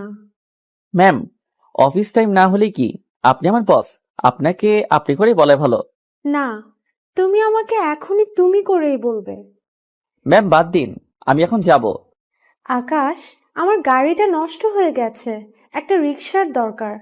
আচ্ছা ম্যাম, বলে একটা রিক্সা এনে দিলাম। তুমি উঠো, তোমাকে নামিয়ে দিয়ে আসি। ম্যাম কি বলছেন? আপনি যান, আমি অন্য রিক্সা নিয়ে চলে যাব। আমি তোমাকে উঠতে বলছি। সরি ম্যাম, বলেই হাঁটা শুরু করলাম। পেছন থেকে অনেক ডাকলো, কিন্তু শুনলাম না। চলে গেলাম বাসায়। পরের দিন অফিসে কাজ করছিলাম, তখন ইভা আসলো। কেমন আছো আকাশ? এই তো ভালো, তুমি? ভালো, কিন্তু ইদানিং দেখছি ম্যাম তোমার উপরে একটু বেশি যত্নবান। কই না তো। বুঝি বুঝি। আরে কিছু না, তা তোমার কি খবর? এই তো চলছে। ভালো। আচ্ছা চলো কফি খেয়ে আসি। কি বললে? আবার বলো তো। কেন? না মানে, এতদিন আমি তোমাকে জোর করেও নিতে কষ্ট হয়ে যেত, আর আজকে তুমিই বলছো? বুঝতে পারছি, খাবে না তো? আরে এইটা আমি কখন বললাম? আচ্ছা চলো। গেলাম কফি খেতে। এইটা আবার কারিমার চোখকে ফাঁকি দিতে পারলাম না, রাগে চোখগুলো লাল করে বসে আছে। কফি শেষ করে ক্যাবিনে গিয়ে বসার আগে ডাক পড়লো কারিমার রুমে। আল্লাহ, তুই যেন আজকে আবার কি করে। ভয় ভয়ে গেলাম রুমের দরজার সামনে। নক করতে দরজা খুলে এক টানে ভিতরে নিয়ে গেল, আর টেনে চেয়ারে বসিয়ে দিল। অবাক হয়ে দেখছি কি করছে, চোখে টলমল করছে জলে। না জানি এখনই বৃষ্টি নেমে আসে। কিছু বলতে যাব তার আগেই আমার ঠোঁট বন্ধ করে দিল। অবাক হয়ে গেলাম ওর কাজে, কিস করে দিল। চোখের জল আমার মুখে এসে পড়ছে। এক পর্যায়ে ছেড়ে দিয়ে আমার পাশের চেয়ারে বসলো আর কান্না করতে শুরু করলো। আমি স্তব্ধ হয়ে গেলাম, কি করব বুঝে উঠতে পারছি না। ম্যাম প্লিজ কান্না করবেন না, সবাই অন্য কিছু মনে করবে। বলতেই চুপ হয়ে গেল, শুধু চোখ দিয়ে জল গড়িয়ে পড়ছে আর আমার দিকে রাগি চোখে তাকাচ্ছে। আকাশ, কেন বুঝতেছো না? আমি তোমাকে সত্যি সত্যি অনেক ভালোবাসি। প্লিজ একবার আমাকে বিশ্বাস করো। ম্যাম প্লিজ এই কথা আর বলবেন না। কেন বলবো না? তুমি আমাকে ভালোবাসো না? আকাশ, আমি জানি তুমিও আমাকে ভালোবাসো, তাহলে কেন এমন করছো? আমি তোমাকে অনেক ভালোবাসি, তোমাকে ছাড়া আমি বাঁচবো না, অনেক বেশি ভালোবেসে ফেলেছি। ম্যাম আমি গেলাম। আমার কথা এখনো শেষ হয়নি। জি বলুন। তোমাকে আমি বারণ করছিলাম ওই ইভার সাথে কথা না বলতে, তারপরেও কেন কথা বলছো? আজকে আবার কফি খেতে গেলা, আমাকে কষ্ট দিতে ভালো লাগে তোমার, তাই না? ম্যাম আসলে তেমন কিছু না, আমি তো এমনি। থাক, আমি জানতে চাই না কেন গিয়েছিলা, শুধু বলবো আমি তোমাকে ভালোবাসি। ম্যাম আমি পারবো না। কেন পারবে না? আমার মাঝে কি নেই? কিসের কমতি আছে আমার মধ্যে? ম্যাম আপনার মাঝে কোনো কিছুরই কমতি নেই, বরং বেশি সুন্দরী আপনি, কিন্তু আমার দ্বারা সম্ভব নয়। কেন? ম্যাম আমি গেলাম, বলেই চলে আসলাম অফিসে। অফিসে বসে তার কথাগুলো ভাবছিলাম, কথাগুলো মাথার মধ্যে ঘুরপাক খাচ্ছে। ভাবছি কি করব এখন আমি। কারিমা কি সত্যি আমাকে ভালোবাসে, নাকি আবার আমার সাথে? না না, আমি আর ওকে বিশ্বাস করতে পারবো না। অফিস টাইম শেষে বের হলাম, আবারও কালকের মতোই দাঁড়িয়ে আছে। আমাকে দেখেই ডাক দিল। আমি কিছু না বলে চলে যাচ্ছিলাম, তখন ওর গাড়ি নিয়ে আমার সামনে আসলো আর গাড়ি থেকে নেমে আমার হাতটা ধরলো। ম্যাম কি করছেন? চলো গাড়িতে, আমি তোমাকে নামিয়ে দিয়ে আসবো। কি বলছেন ম্যাম? আমি রিক্সা নিয়ে চলে যাব। আমি বলছি তোমাকে গাড়িতে উঠতে। আমাকে কিছু বলতে না দিয়েই গাড়িতে জোর করে বসালো, আর ও গাড়িতে বসে চালাতে শুরু করলো। কি আর করার, যেতেই হলো। গাড়ি চলছে, আমি কিছু বলছি না দেখে ও বলল, চুপ করে আছো কেন? ম্যাম কি বলবো খুঁজে পাচ্ছি না। আকাশ, প্লিজ আমাকে তুমি করে বলো, তোমার এই আপনি আপনি ডাক আমি নিতে পারি না। ম্যাম আমি পারবো না। আকাশ, আমি তোমাকে ভালোবাসি, কেন বিশ্বাস করছো না? না ম্যাম, আর বিশ্বাস করলে কি হবে? একবার বিশ্বাস করে দেখো, আমি তোমার জন্য সবকিছু করতে পারবো। সত্যি তো? ভেবে বলেন। হ্যাঁ, আমি তোমার জন্য সব করতে পারবো। তাহলে এখনই সব ছেড়ে আমার সাথে চলে আসতে হবে। সব ছেড়ে আমার ঘরে থাকবেন বিয়ে করে, আমি যেভাবে রাখবো সেইভাবেই থাকতে হবে, পারবেন? হঠাৎ গাড়ি থামালো। আমি এখনই সব ছেড়ে দিলাম, চাই না তোমাকে ছাড়া অন্য কিছু। আমি শুধু তোমাকে চাই। ম্যাম, পাগলামি করবেন না। এই যে এখন যা বলছেন তা ক্ষণিকের জন্য। কিছুদিন গেলে যখন দেখবেন আপনার চাহিদা মতো আমি কিছুই দিতে পারছি না, তখন এই ভালোবাসা আর থাকবে না। তাই এসব পাগলামি বাদ দিয়ে আমাকে নামিয়ে দিন, আর আপনি বাসায় যান। না, আমি বাসায় যাব না। আমি এখন তোমার সাথে তোমার বাড়িতে যাব। কি বলছেন ম্যাম, পাগল হয়ে গেছেন নাকি? এটা সম্ভব নয়। আমি কিচ্ছু জানি না, আমি শুধু জানি আমি তোমাকে ভালোবাসি আর তোমার হাত ধরে বাঁচবো। এ কিসের মধ্যে পড়লাম? এ তো দেখছি উঠে পড়ে লাগছে। আচ্ছা ম্যাম, আপনি বাসায় যান, আমি আপনাকে ভালোবাসবো। এখন তো পাগলামি বন্ধ করেন। আমি বিশ্বাস করি না। কেন? আমি বলছি তাতেও বিশ্বাস করছেন না কেন? তাহলে এখনই আমাকে তুমি করে ডাকো। এখনই বলতে হবে? হ্যাঁ, এখনই। আচ্ছা, এখন তুমি বাসায় যাও। ওকে। বলেই আমাকে জড়িয়ে ধরলো। তাড়াতাড়ি ছাড়িয়ে নিয়ে বের হয়ে গেলাম গাড়ি থেকে। কি হলো? নামলে কেন? বাসায় চলে আসছি। ও, তুমি এখানে থাকো? তাহলে চলো তোমার রুমে গিয়ে ঘুরে আসি। আরে রুমে যাওয়ার কি আছে? রুম অনেক অগোছালো, অন্য একদিন নিয়ে আসবো। সত্যি তো? হুম। আচ্ছা, ঠিক আছে। কোনো মতে বলে কয়ে বাসায় পাঠালাম। বাসায় গিয়ে ফ্রেশ হয়ে একটু রেস্ট নিচ্ছিলাম, তখন তিশা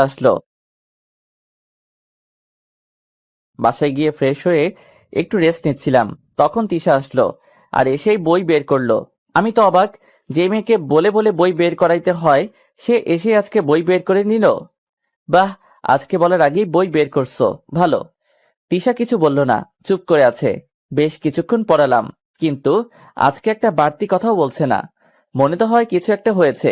তাই পড়ানো শেষে জিজ্ঞেস করলাম, তিশা, বসো একটু। কেন? আমি চলে যাব, বাসায় কাজ আছে। যাবে, একটু বসো। ওকে বসিয়ে রেখে একটা চকলেট বক্স বের করে দিলাম।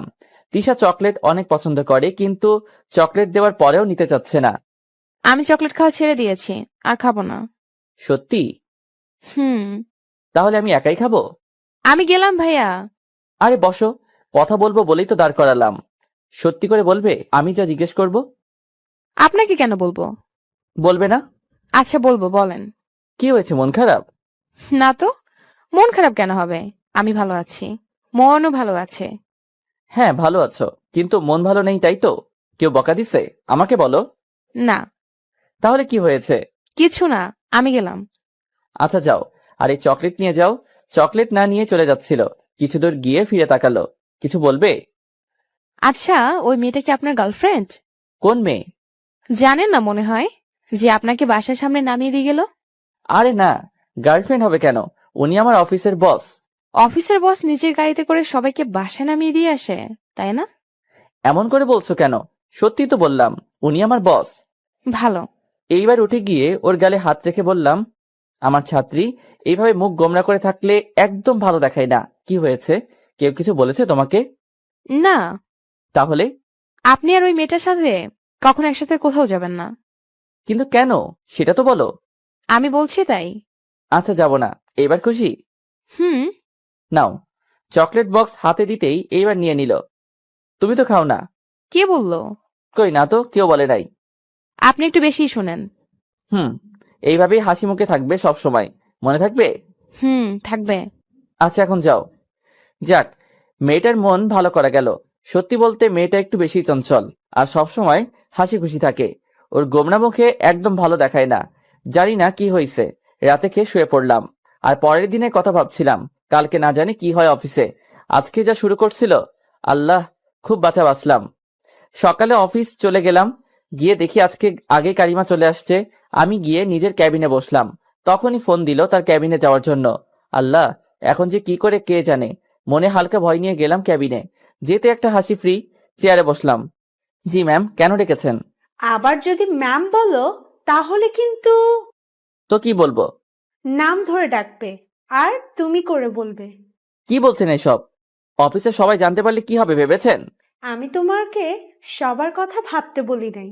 তুমি এখন এই মুহূর্তে আমার নাম ধরে ডাকবে, আর তুমি করে বলবে। প্লিজ ম্যাম, এটা কিন্তু বেশি হয়ে যাচ্ছে। বেশির কি দেখছো তুমি? আমি যা বললাম তাই করো। আচ্ছা আচ্ছা, রাগ করো না। হুম। আচ্ছা, আপনি করে বললে কি প্রবলেম? আমি তোমাকে ভালোবাসি আর তুমিও আমাকে ভালোবাসো, তাই আমাকে তুমি করেই বলবে। আচ্ছা বলবো, কিন্তু সবাই। বলছি না সবার চিন্তা তোমাকে করতে হবে না। এখন কফি খাও। 2 মগ কফি এনে দিল, কি আর করার, খেতেই হবে। খাওয়া শেষ করে যেতে চাইলাম। যাওয়ার জন্য এত ব্যস্ত হচ্ছ কেন? ওইখানে গিয়ে ওই ডাইনিটার সাথে কথা বলবে, তাই না? আমি আর একবার যদি দেখি তুমি ওর সাথে কথা বলছো।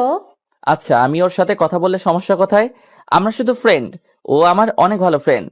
আমি এত সব বুঝি না, তুমি কথা বলবে না। আচ্ছা বলবো না, হ্যাপি? অন্যে। আচ্ছা আমি গেলাম, অনেক কাজ পড়ে আছে। উফ, তোমার শুধু কাজ আর কাজ। কি করব বলো, কাজ করি বলেই তো আমাকে বেতন দাও। হইছে, এত ভালো হওয়ার দরকার নাই। ধুর, আমি গেলাম। আচ্ছা যাও, কিন্তু লাঞ্চ টাইমে কোথাও যাবে না, সোজা আমার এখানে চলে আসবে। আমাকে যেন ফোন দিতে না হয়। সেটা দেখা যাবে। আর কথা না বাড়িয়ে বেরিয়ে আসলাম। উফ, পাগল করে দিচ্ছিল, কিন্তু কেন যেন ওর পাগলামোগুলো অনেক ভালো লাগছিল। তাহলে কি আমিও ওকে ভালোবেসে ফেললাম? না, এটা সম্ভব নয়। আমি ভালোবাসলেও এর কোনো ভবিষ্যৎ নেই। আমি ভালোবাসতে পারবো না। সব চিন্তা মাথায় ঘুরপাক খাচ্ছে, কি করব বুঝতে পারছি না। এর মধ্যে কাজ করছিলাম। 1 সপ্তাহ পরে অফিসে বসে কাজ করছিলাম, তখন ইভা আসলো আমার ক্যাবিনে। কি খবর মিস্টার আকাশ? খুব ভালোই চলছে প্রেম, তাই না? ধুর, কি বলো এইসব? এর মধ্যে আমি নেই। হ্যাঁ, সব জানি আমি। ভালো। এখন বলো তোমার কি খবর? হুম, খুবই ভালো। ভালো থাকা ভালো, কিন্তু এত বেশি ভালো আছো, নিশ্চয়ই কোনো কারণ আছে, বলো। না, কিছু না। আরে এত লজ্জা পাচ্ছ কেন? তার মানে প্রেমে পড়ছো? কে সেই হতভাগা? ওই, হতভাগা বলছো কেন?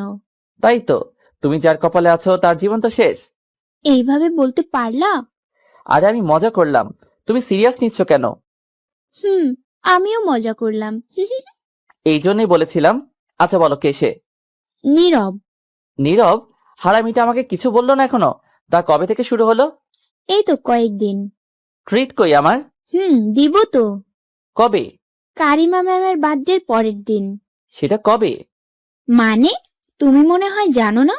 না তো, কি বলছে কিছুই মাথায় ঢুকছে না, সব মাথার উপর দিয়ে যাচ্ছে। হইছে, আর বলতে হবে না। বুঝি তো সব, কিছু বলতে চাচ্ছ না। তা ম্যামের বার্থডেতে কি গিফট দেবা? আরে সত্যি আমি জানি না, আর গিফট তো পরের কথা। কি বলো?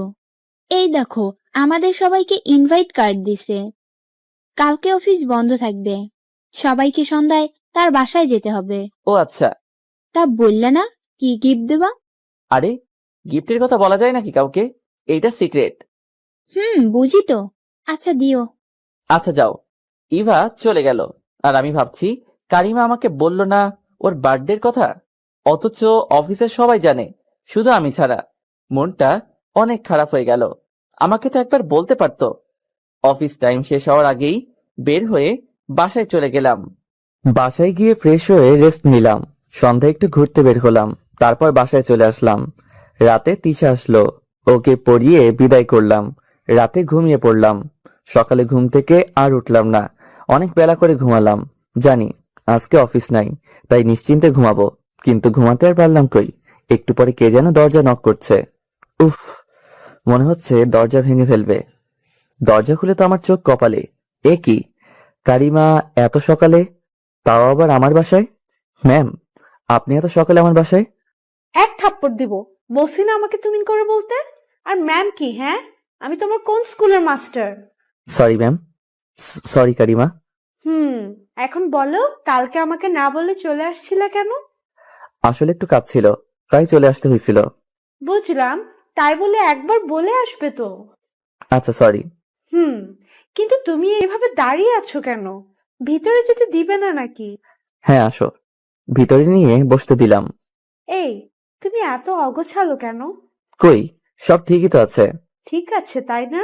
তোমার প্যান্ট চেয়ারের উপরে, বিছানার চাদরের কি অবস্থা, ঠিক করো না কেন? এই তো, যেখানে আমি থাকবো সেই জায়গাটা আগে মানুষের থাকার মতো করে নেই। মানে, এখানে মানুষ থাকে না নাকি? মানুষ থাকে এখানে, মানুষ থাকলে এই অবস্থা হতো না। আমার রুম এর থেকে ভালো দরকার নেই। এখন থেকে এটা আমার রুম, তাই আমি যা বলবো তাই হবে। আচ্ছা শুনো, সন্ধ্যায় রেডি থেকো, আমি গাড়ি পাঠিয়ে দিব, চলে আসবে। কেন? আজকে আমার বার্থডে, সন্ধ্যায় বাসায় চলে আসবে, ভুল যেন না হয়। না মানে আজকে আমার একটা কাজ আছে, বিকেলে এক জায়গায় যেতে হবে। মানে? আমি কিছু জানি না। সন্ধ্যার আগেই তুমি ওইখানে থাকবে, নয়তো তোমার খবর আছে। আমার কাজ। তোমার জীবন আগে নাকি কাজ? ঠিক সময়ের আগেই চলে আসবে, শুধু রেডি থেকো, আমার ড্রাইভার এসে নিয়ে যাবে। এখন আমি গেলাম। আচ্ছা। কারিমা চলে গেল। থাকার জন্য আর বললাম না, এমনিতে শুরু করছে, আবার থাকতে বললে সত্যি সত্যি থেকে না যায়। কিন্তু আমি ভাবছি আমি কি যাব নাকি যাব না। দূর যাব না। যেখানে সবার আগে আমার জানার কথা ছিল সেইখানে আমি কিছু জানি নাই, আমাকে অন্য কেউ বলে।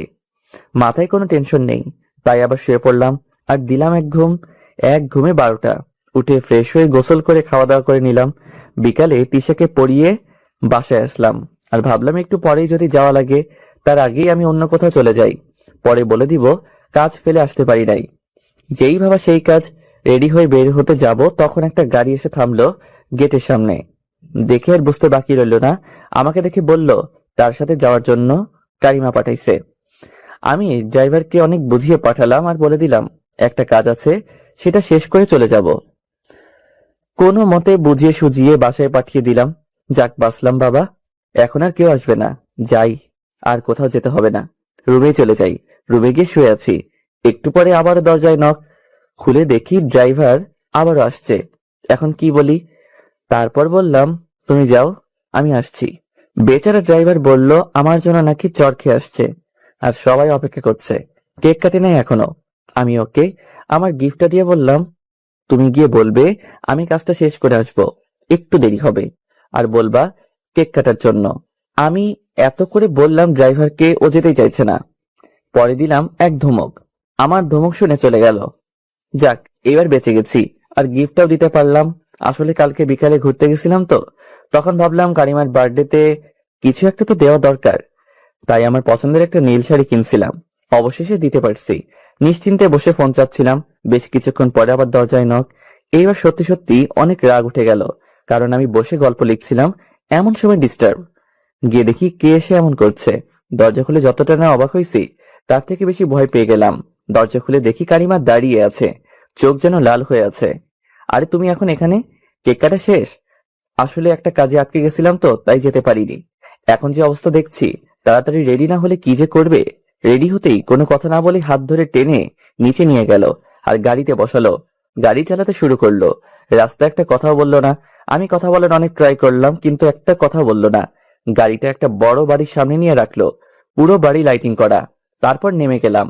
তারপরে আবার হাত ধরে টেনে নিয়ে গেল সবার সামনে দিয়ে, আর সবাই তাকিয়ে আছে আমার দিকে। কেমন লাগছিল?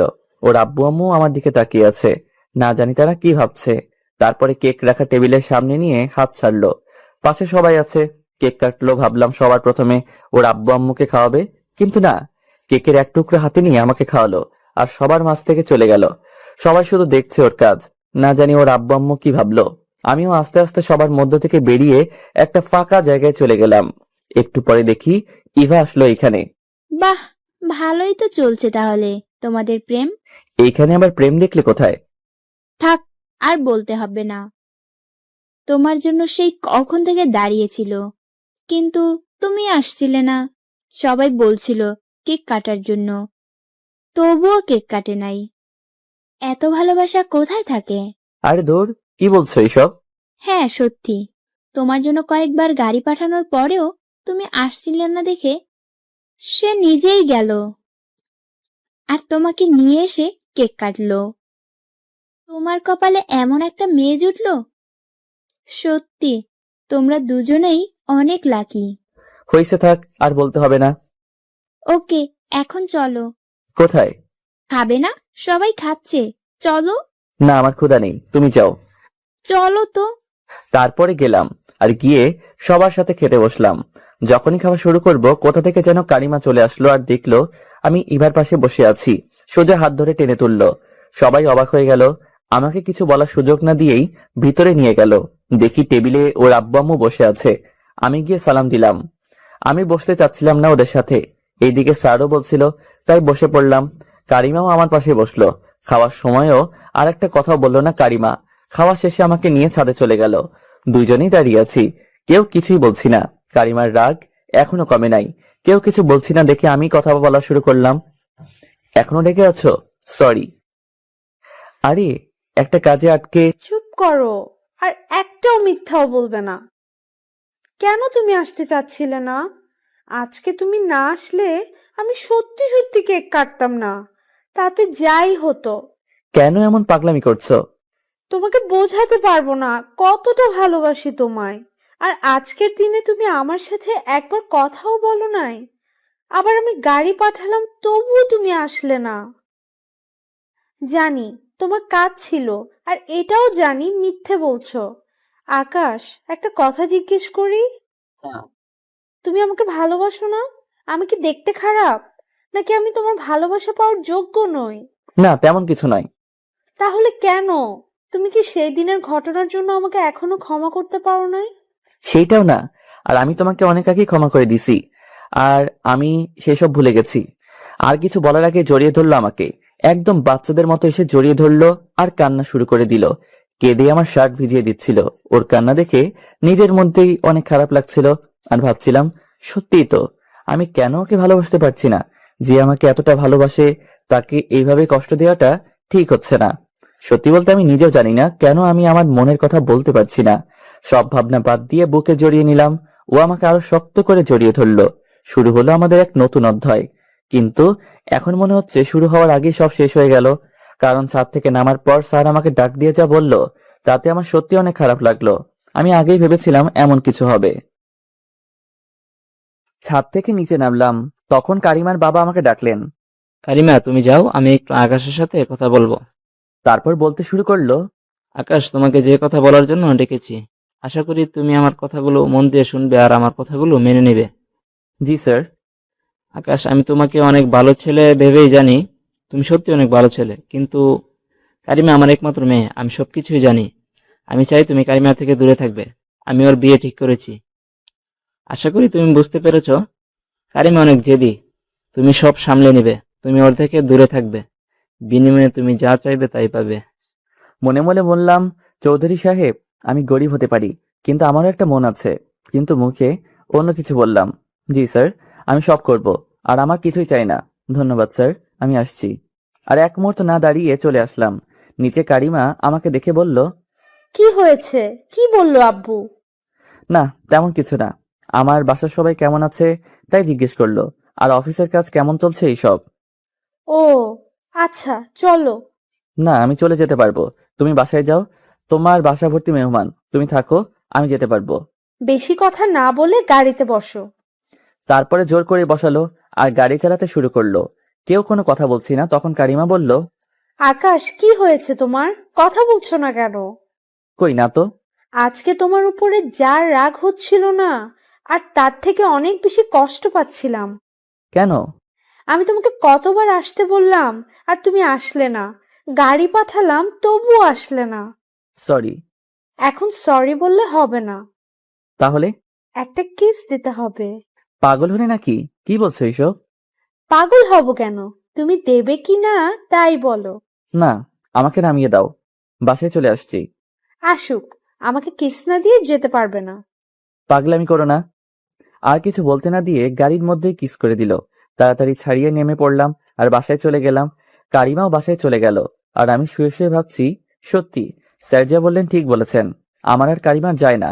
কোথায় আমি আর কোথায় কারিমা? স্বপ্ন স্বপ্নই ভালো, বাস্তবে তা পূরণ করা যায় না। হ্যাঁ, আমি সব ভুলে যাব। মনে করব স্বপ্ন ছিল সবকিছু। আমার কথাগুলো আর বলা হবে না, আর বলবোও না। পরের দিন অফিসে গেলাম। এখন কারিমার পাগলামিগুলো আরো বেড়েছে। যখন তখন ওর কেবিনে ডাকে, জড়িয়ে ধরে নিজে খাইয়ে দেয়। মনে হচ্ছে আমাকে নিয়ে ও অনেক খুশি আছে। কিন্তু এটা যে ক্ষণিকের জন্য। এইভাবে চললে স্যারকে আমি কথা দিয়েছি, সেটা আমি রক্ষা করতে পারবো না। কিছুদিন পরে দুপুরে অফিসে বসে কাজ করছিলাম। তখন লাঞ্চের টাইমে আমাকে ডাকলো, আর আমিও গেলাম। হ্যাঁ, এখনই সব বলতে হবে। চলে গেলাম ওর ক্যাবিনে। আসবো? তোমাকে অনুমতি নিতে কে বলেছে? না, মানে একটা ভদ্রতার ব্যাপার আছে। তোমাকে আমার সামনে এত ভদ্র হতে কে বলেছে? ঠিক আছে, আমার ভুল হয়েছে। এখন বলো। বলো মানে? তুমি এখন এখানে বসো, খাবার আসছে। না, আমি এখন খাবো না। কেন? এমনি।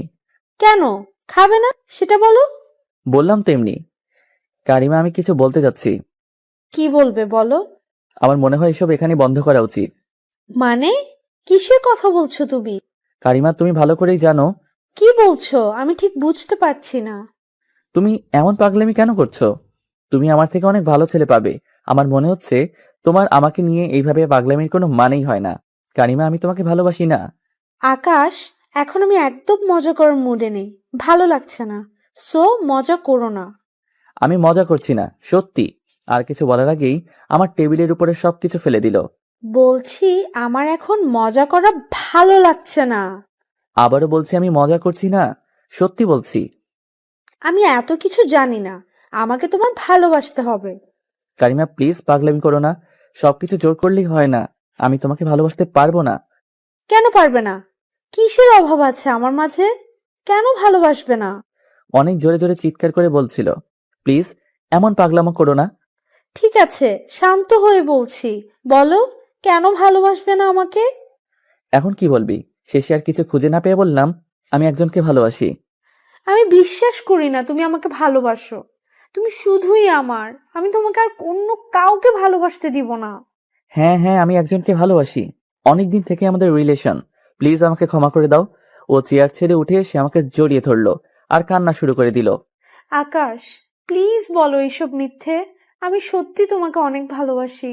আমি তোমাকে ছাড়া বাঁচবো না। আমি মরে যাব সত্যি।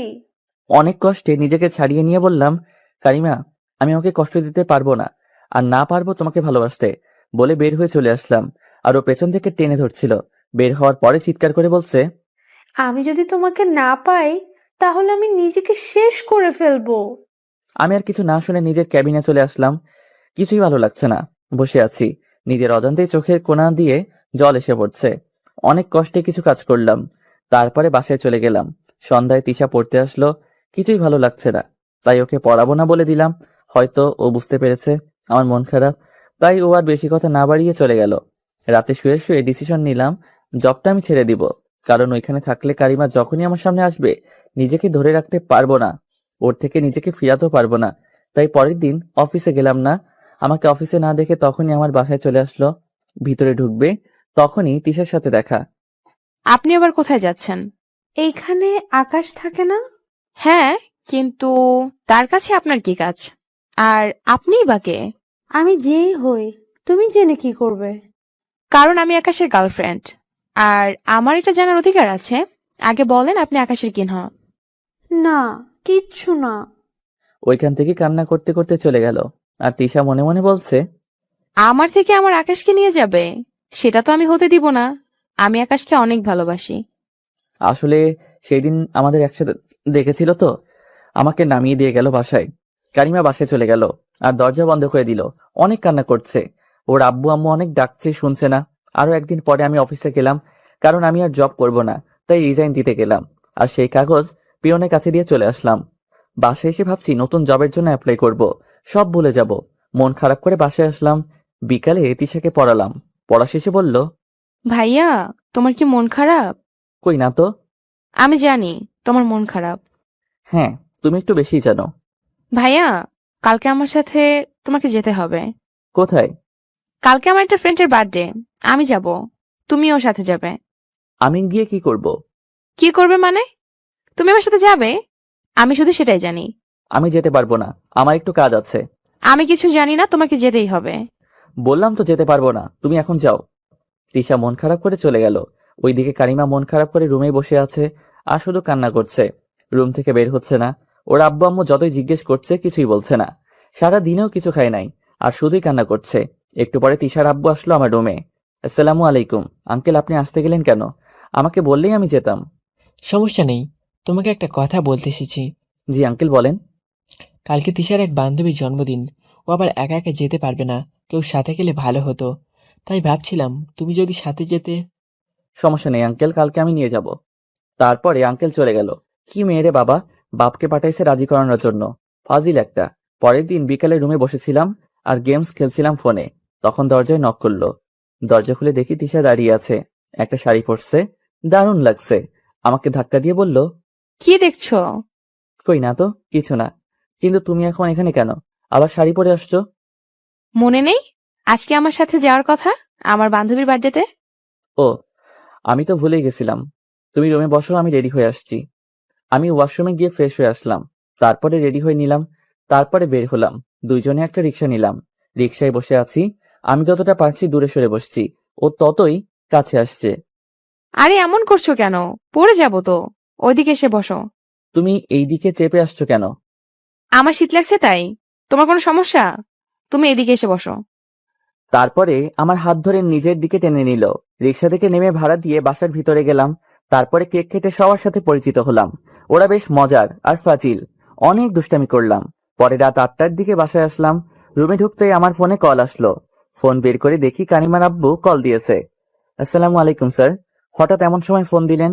ওনার কণ্ঠ শুনে মনে হচ্ছে কান্না করছেন। আমার কথা শুনে কান্না আর আটকে রাখতে পারেন নাই, কেঁদেই দিলেন। আর যা বললেন তাতে আমার কানকেও বিশ্বাস করাতে পারছি না। আকাশ, কারিমা হাসপাতালে। কি বলছেন স্যার? কি হয়েছে ওর? আকাশ, আমি কিছুই জানি না ওর সাথে তোমার কি হয়েছে। আকাশ, আমার মেয়েটা বাঁচবে তো? স্যার আপনি শান্ত হন, কি হয়েছে খুলে বলুন। জানি না, তবে কয়েকদিন ধরে ও রুমের মধ্যে দরজা আটকে রেখে সবসময় কান্না করে। কতবার জিজ্ঞেস করেছি কিন্তু কিছুই বলে নাই। আজকে রুম থেকে বের হয়ে গাড়ি নিয়ে কোথায় যেন গেল। ফিরে এসে বাসার সবকিছু ভাঙচুর করেছে। রুমের ভিতরে গিয়ে দেখি ও হাত কেটে ফেলেছে, অনেক রক্ত বের হয়েছে। আমরা দেখতে পেয়ে ওকে হাসপাতালে নিয়ে আসলাম। কোন হাসপাতালে? স্কয়ার হাসপাতালে। চিন্তা করবেন না স্যার, আমি আসছি। কিছু হবে না ওর। ফোন রেখে দিলাম দৌড়। তাড়াতাড়ি স্যারের বলা হাসপাতালে চলে গেলাম। আর গিয়ে দেখি আঙ্কেল আন্টি বাহিরে বসে আছেন আর কান্না করছেন। আমাকে দেখে আরো কেঁদে দিলেন। আমি গিয়ে তাদের পাশে বসলাম। একটু পরে ডাক্তার বের হয়ে আসলেন। ডাক্তার বলল ওর হাতে জখমটা অনেক বেশি, হাতে শিরা কেটে গেছে, এর জন্য অনেক ব্লাড বের হয়েছে। এখন ইমিডিয়েটলি ব্লাড দিতে হবে। এখানে 1 ব্যাগ আছে, আরো 3 ব্যাগ লাগবে। যত তাড়াতাড়ি সম্ভব জোগাড় করতে হবে। ডাক্তারের কথা শুনে মাথা ঘুরে গেল। এখন ব্লাড কোথায় পাই? কারিমা এখনো অজ্ঞান হয়ে আছে। 1 ব্যাগ রক্ত দিচ্ছে, এর মধ্যে আরো 3 ব্যাগ রক্ত ম্যানেজ করতে হবে। ফেসবুকে ব্লাড ডোনেশন গ্রুপে পোস্ট দিয়ে দিলাম। এত রাতে কেউ ফোন দিচ্ছে না। পরে মনে পড়লো আমার এক বন্ধু আছে, ওর সাথে ম্যাচ করবে। আমি 1 ব্যাগ দিলাম আর ওকে জরুরি ফোন করে আনলাম আর একজনকে সাথে করে নিয়ে আসলো। অবশেষে রক্তের ব্যবস্থা করা হলো। সারা রাত বসে আছি। কারিমার এখনো কোনো হুঁশ নেই। বাহিরে নেঞ্চে বসে বসে বসে আছি বাহিরে বেঞ্চে বসে আছি। তখন আমার কাঁধে কেউ হাত রাখলো। তাকিয়ে দেখি স্যার। আকাশ, তোমাকে কৃতজ্ঞতা জানানোর ভাষা আমার জানা নেই। আর তোমার থেকে ক্ষমা চাওয়ার মতো আমার মুখও নেই। স্যার কি বলছেন এসব? প্লিজ কান্না করবেন না, সব ঠিক হয়ে যাবে। বাবা, আমাকে তুমি ক্ষমা করে দাও। কি বলছেন স্যার? আপনি কেন ক্ষমা চাচ্ছেন? আপনি আমার বাবার বয়সের। প্লিজ আমার কাছে ক্ষমা চেয়ে নিজেকে ছোট করবেন না। ভোরের আলো ফুটে উঠেছে। নাগরিক পাখি চিৎকার দিয়ে জানান দিচ্ছে সকাল হয়েছে। এমন সময় কারিমার জ্ঞান ফিরল। সবাই ভিতরে গেল। আমি বসে আছি আর ভাবছি সব আমার জন্যই হয়েছে। ভিতরে আঙ্কেল আন্টি কথা বলছেন, দুইজনে কান্না করছেন। বেশ কিছুক্ষণ পরে তারা বের হলেন। আন্টি বললেন আমাকে গিয়ে দেখে আসতে, কারিমা ডাকছে। ভিতরে গিয়ে কি বলবো, কিভাবে সরি বলবো ভেবে পাচ্ছি না। গেলাম ভিতরে। আমাকে দেখে অন্যদিকে মুখ ঘুরিয়ে ফেললো। বুঝতেই পারছি অনেক রাগ অভিমান জমে আছে। কোথা থেকে শুরু করবো ভেবে পাচ্ছি না। কারিমার পাশে গিয়ে বসলাম। আস্তে করে হাতটা ধরতে গেলাম, এক ঝটকায় হাত সরিয়ে দিল। আবার ধরলাম, আবারও একই অবস্থা। এইবার জোর করে ধরলাম আর আমার দিকে এমন একটা লুক দিল, আমি তো ভয় পেয়ে গেছিলাম। ভাগ্যিস ডান হাত কাটা ছিল, তা না হলে এক চর তো বানতি হে। দ্বিতীয় এক চর। যেই পরিমাণ রাগ করছে, রাগী চোখে তাকালে কি হবে, তবু চোখে স্পষ্ট কান্নার জল। আমার হাত ছাড়ো। খাইছে আমারে। এত রাগ করছে, কিন্তু এত রাগ করার কারণ কি? না, ছাড়বো না। ছাড়তে বলছি। হুম, না ছাড়বো না। কেন বাঁচিয়েছিস? মরে যেতাম, তোদের সবাইকে ভালো থাকতে দিতাম। আমি কিছু বলছি না। যেই পরিমাণ রাগ করছে, না জানি কাটা হাতেই মেরে দেয় একটা। এখানে কেন তুই? আমার সামনে থেকে এখনই যা, নয়তো আমি সত্যি সত্যি আবার হাত কেটে ফেলবো। সরি। সরি? কিসের সরি? কেন সরি বলছেন আপনি? তুই যা এখান থেকে, তোকে দেখলে এখন আমার রাগ হচ্ছে। হায়রে কি বলছে, নিজেও জানে না। একবার তুই আবার আপনি। চলে যাব আমি। এখনই যা। ওকে, চলে যাচ্ছি, কিন্তু তার আগে সরি। সরি কেন? কারণ আমি আপনাকে রেখে যেতে পারবো না। তুই যাবি নাকি আমি আবার? আর কিছু বলতে না দিয়ে দিলাম এক কিস করে। ওর চোখ ইয়া বড় বড় করে রাখছে আর এক হাত দিয়ে ছাড়ানোর চেষ্টা করছে, কিন্তু আমি ছাড়লে তো যখন দেখলাম একটু চুপ হয়েছে তখন ছাড়লাম। শান্ত করার একটা নিনজা টেকনিক আপনাদেরকে বলে দিলাম, আপনারা ট্রাই করতে পারেন। তুই আমাকে কিস করলি কেন? দিলাম আবার কিস, আবার কিছুক্ষণ পরে ছাড়লাম। না, এইবার আর উত্তেজিত হয় নাই। দুইজনই চুপ, কেউ কিছু বলছি না। তাই আমি বলা শুরু করলাম, এত রাগ কিসের তোমার? কেন এমন পাগলামি করছো? আজ তোমার কিছু হয়ে গেলে? কি হতো? মরে যেতাম। মরার জন্যই হাত কেটেছিলাম, যাতে তোরা ভালো থাকিস। তোমার কিছু হয়ে গেলে সবাই ভালো থাকতো, তোমার বাবা মা, আমি। তোর ভালো না থাকার কারণ তো নেই, তুই তো খারাপ থাকতি না। কে বলল? আমি ছিল, সে তাহলে কে? কবে, কখন, কোথায়? কালকে বিকালে যাকে নিয়ে রিকশায় বসে যাচ্ছিলি হাত ধরে।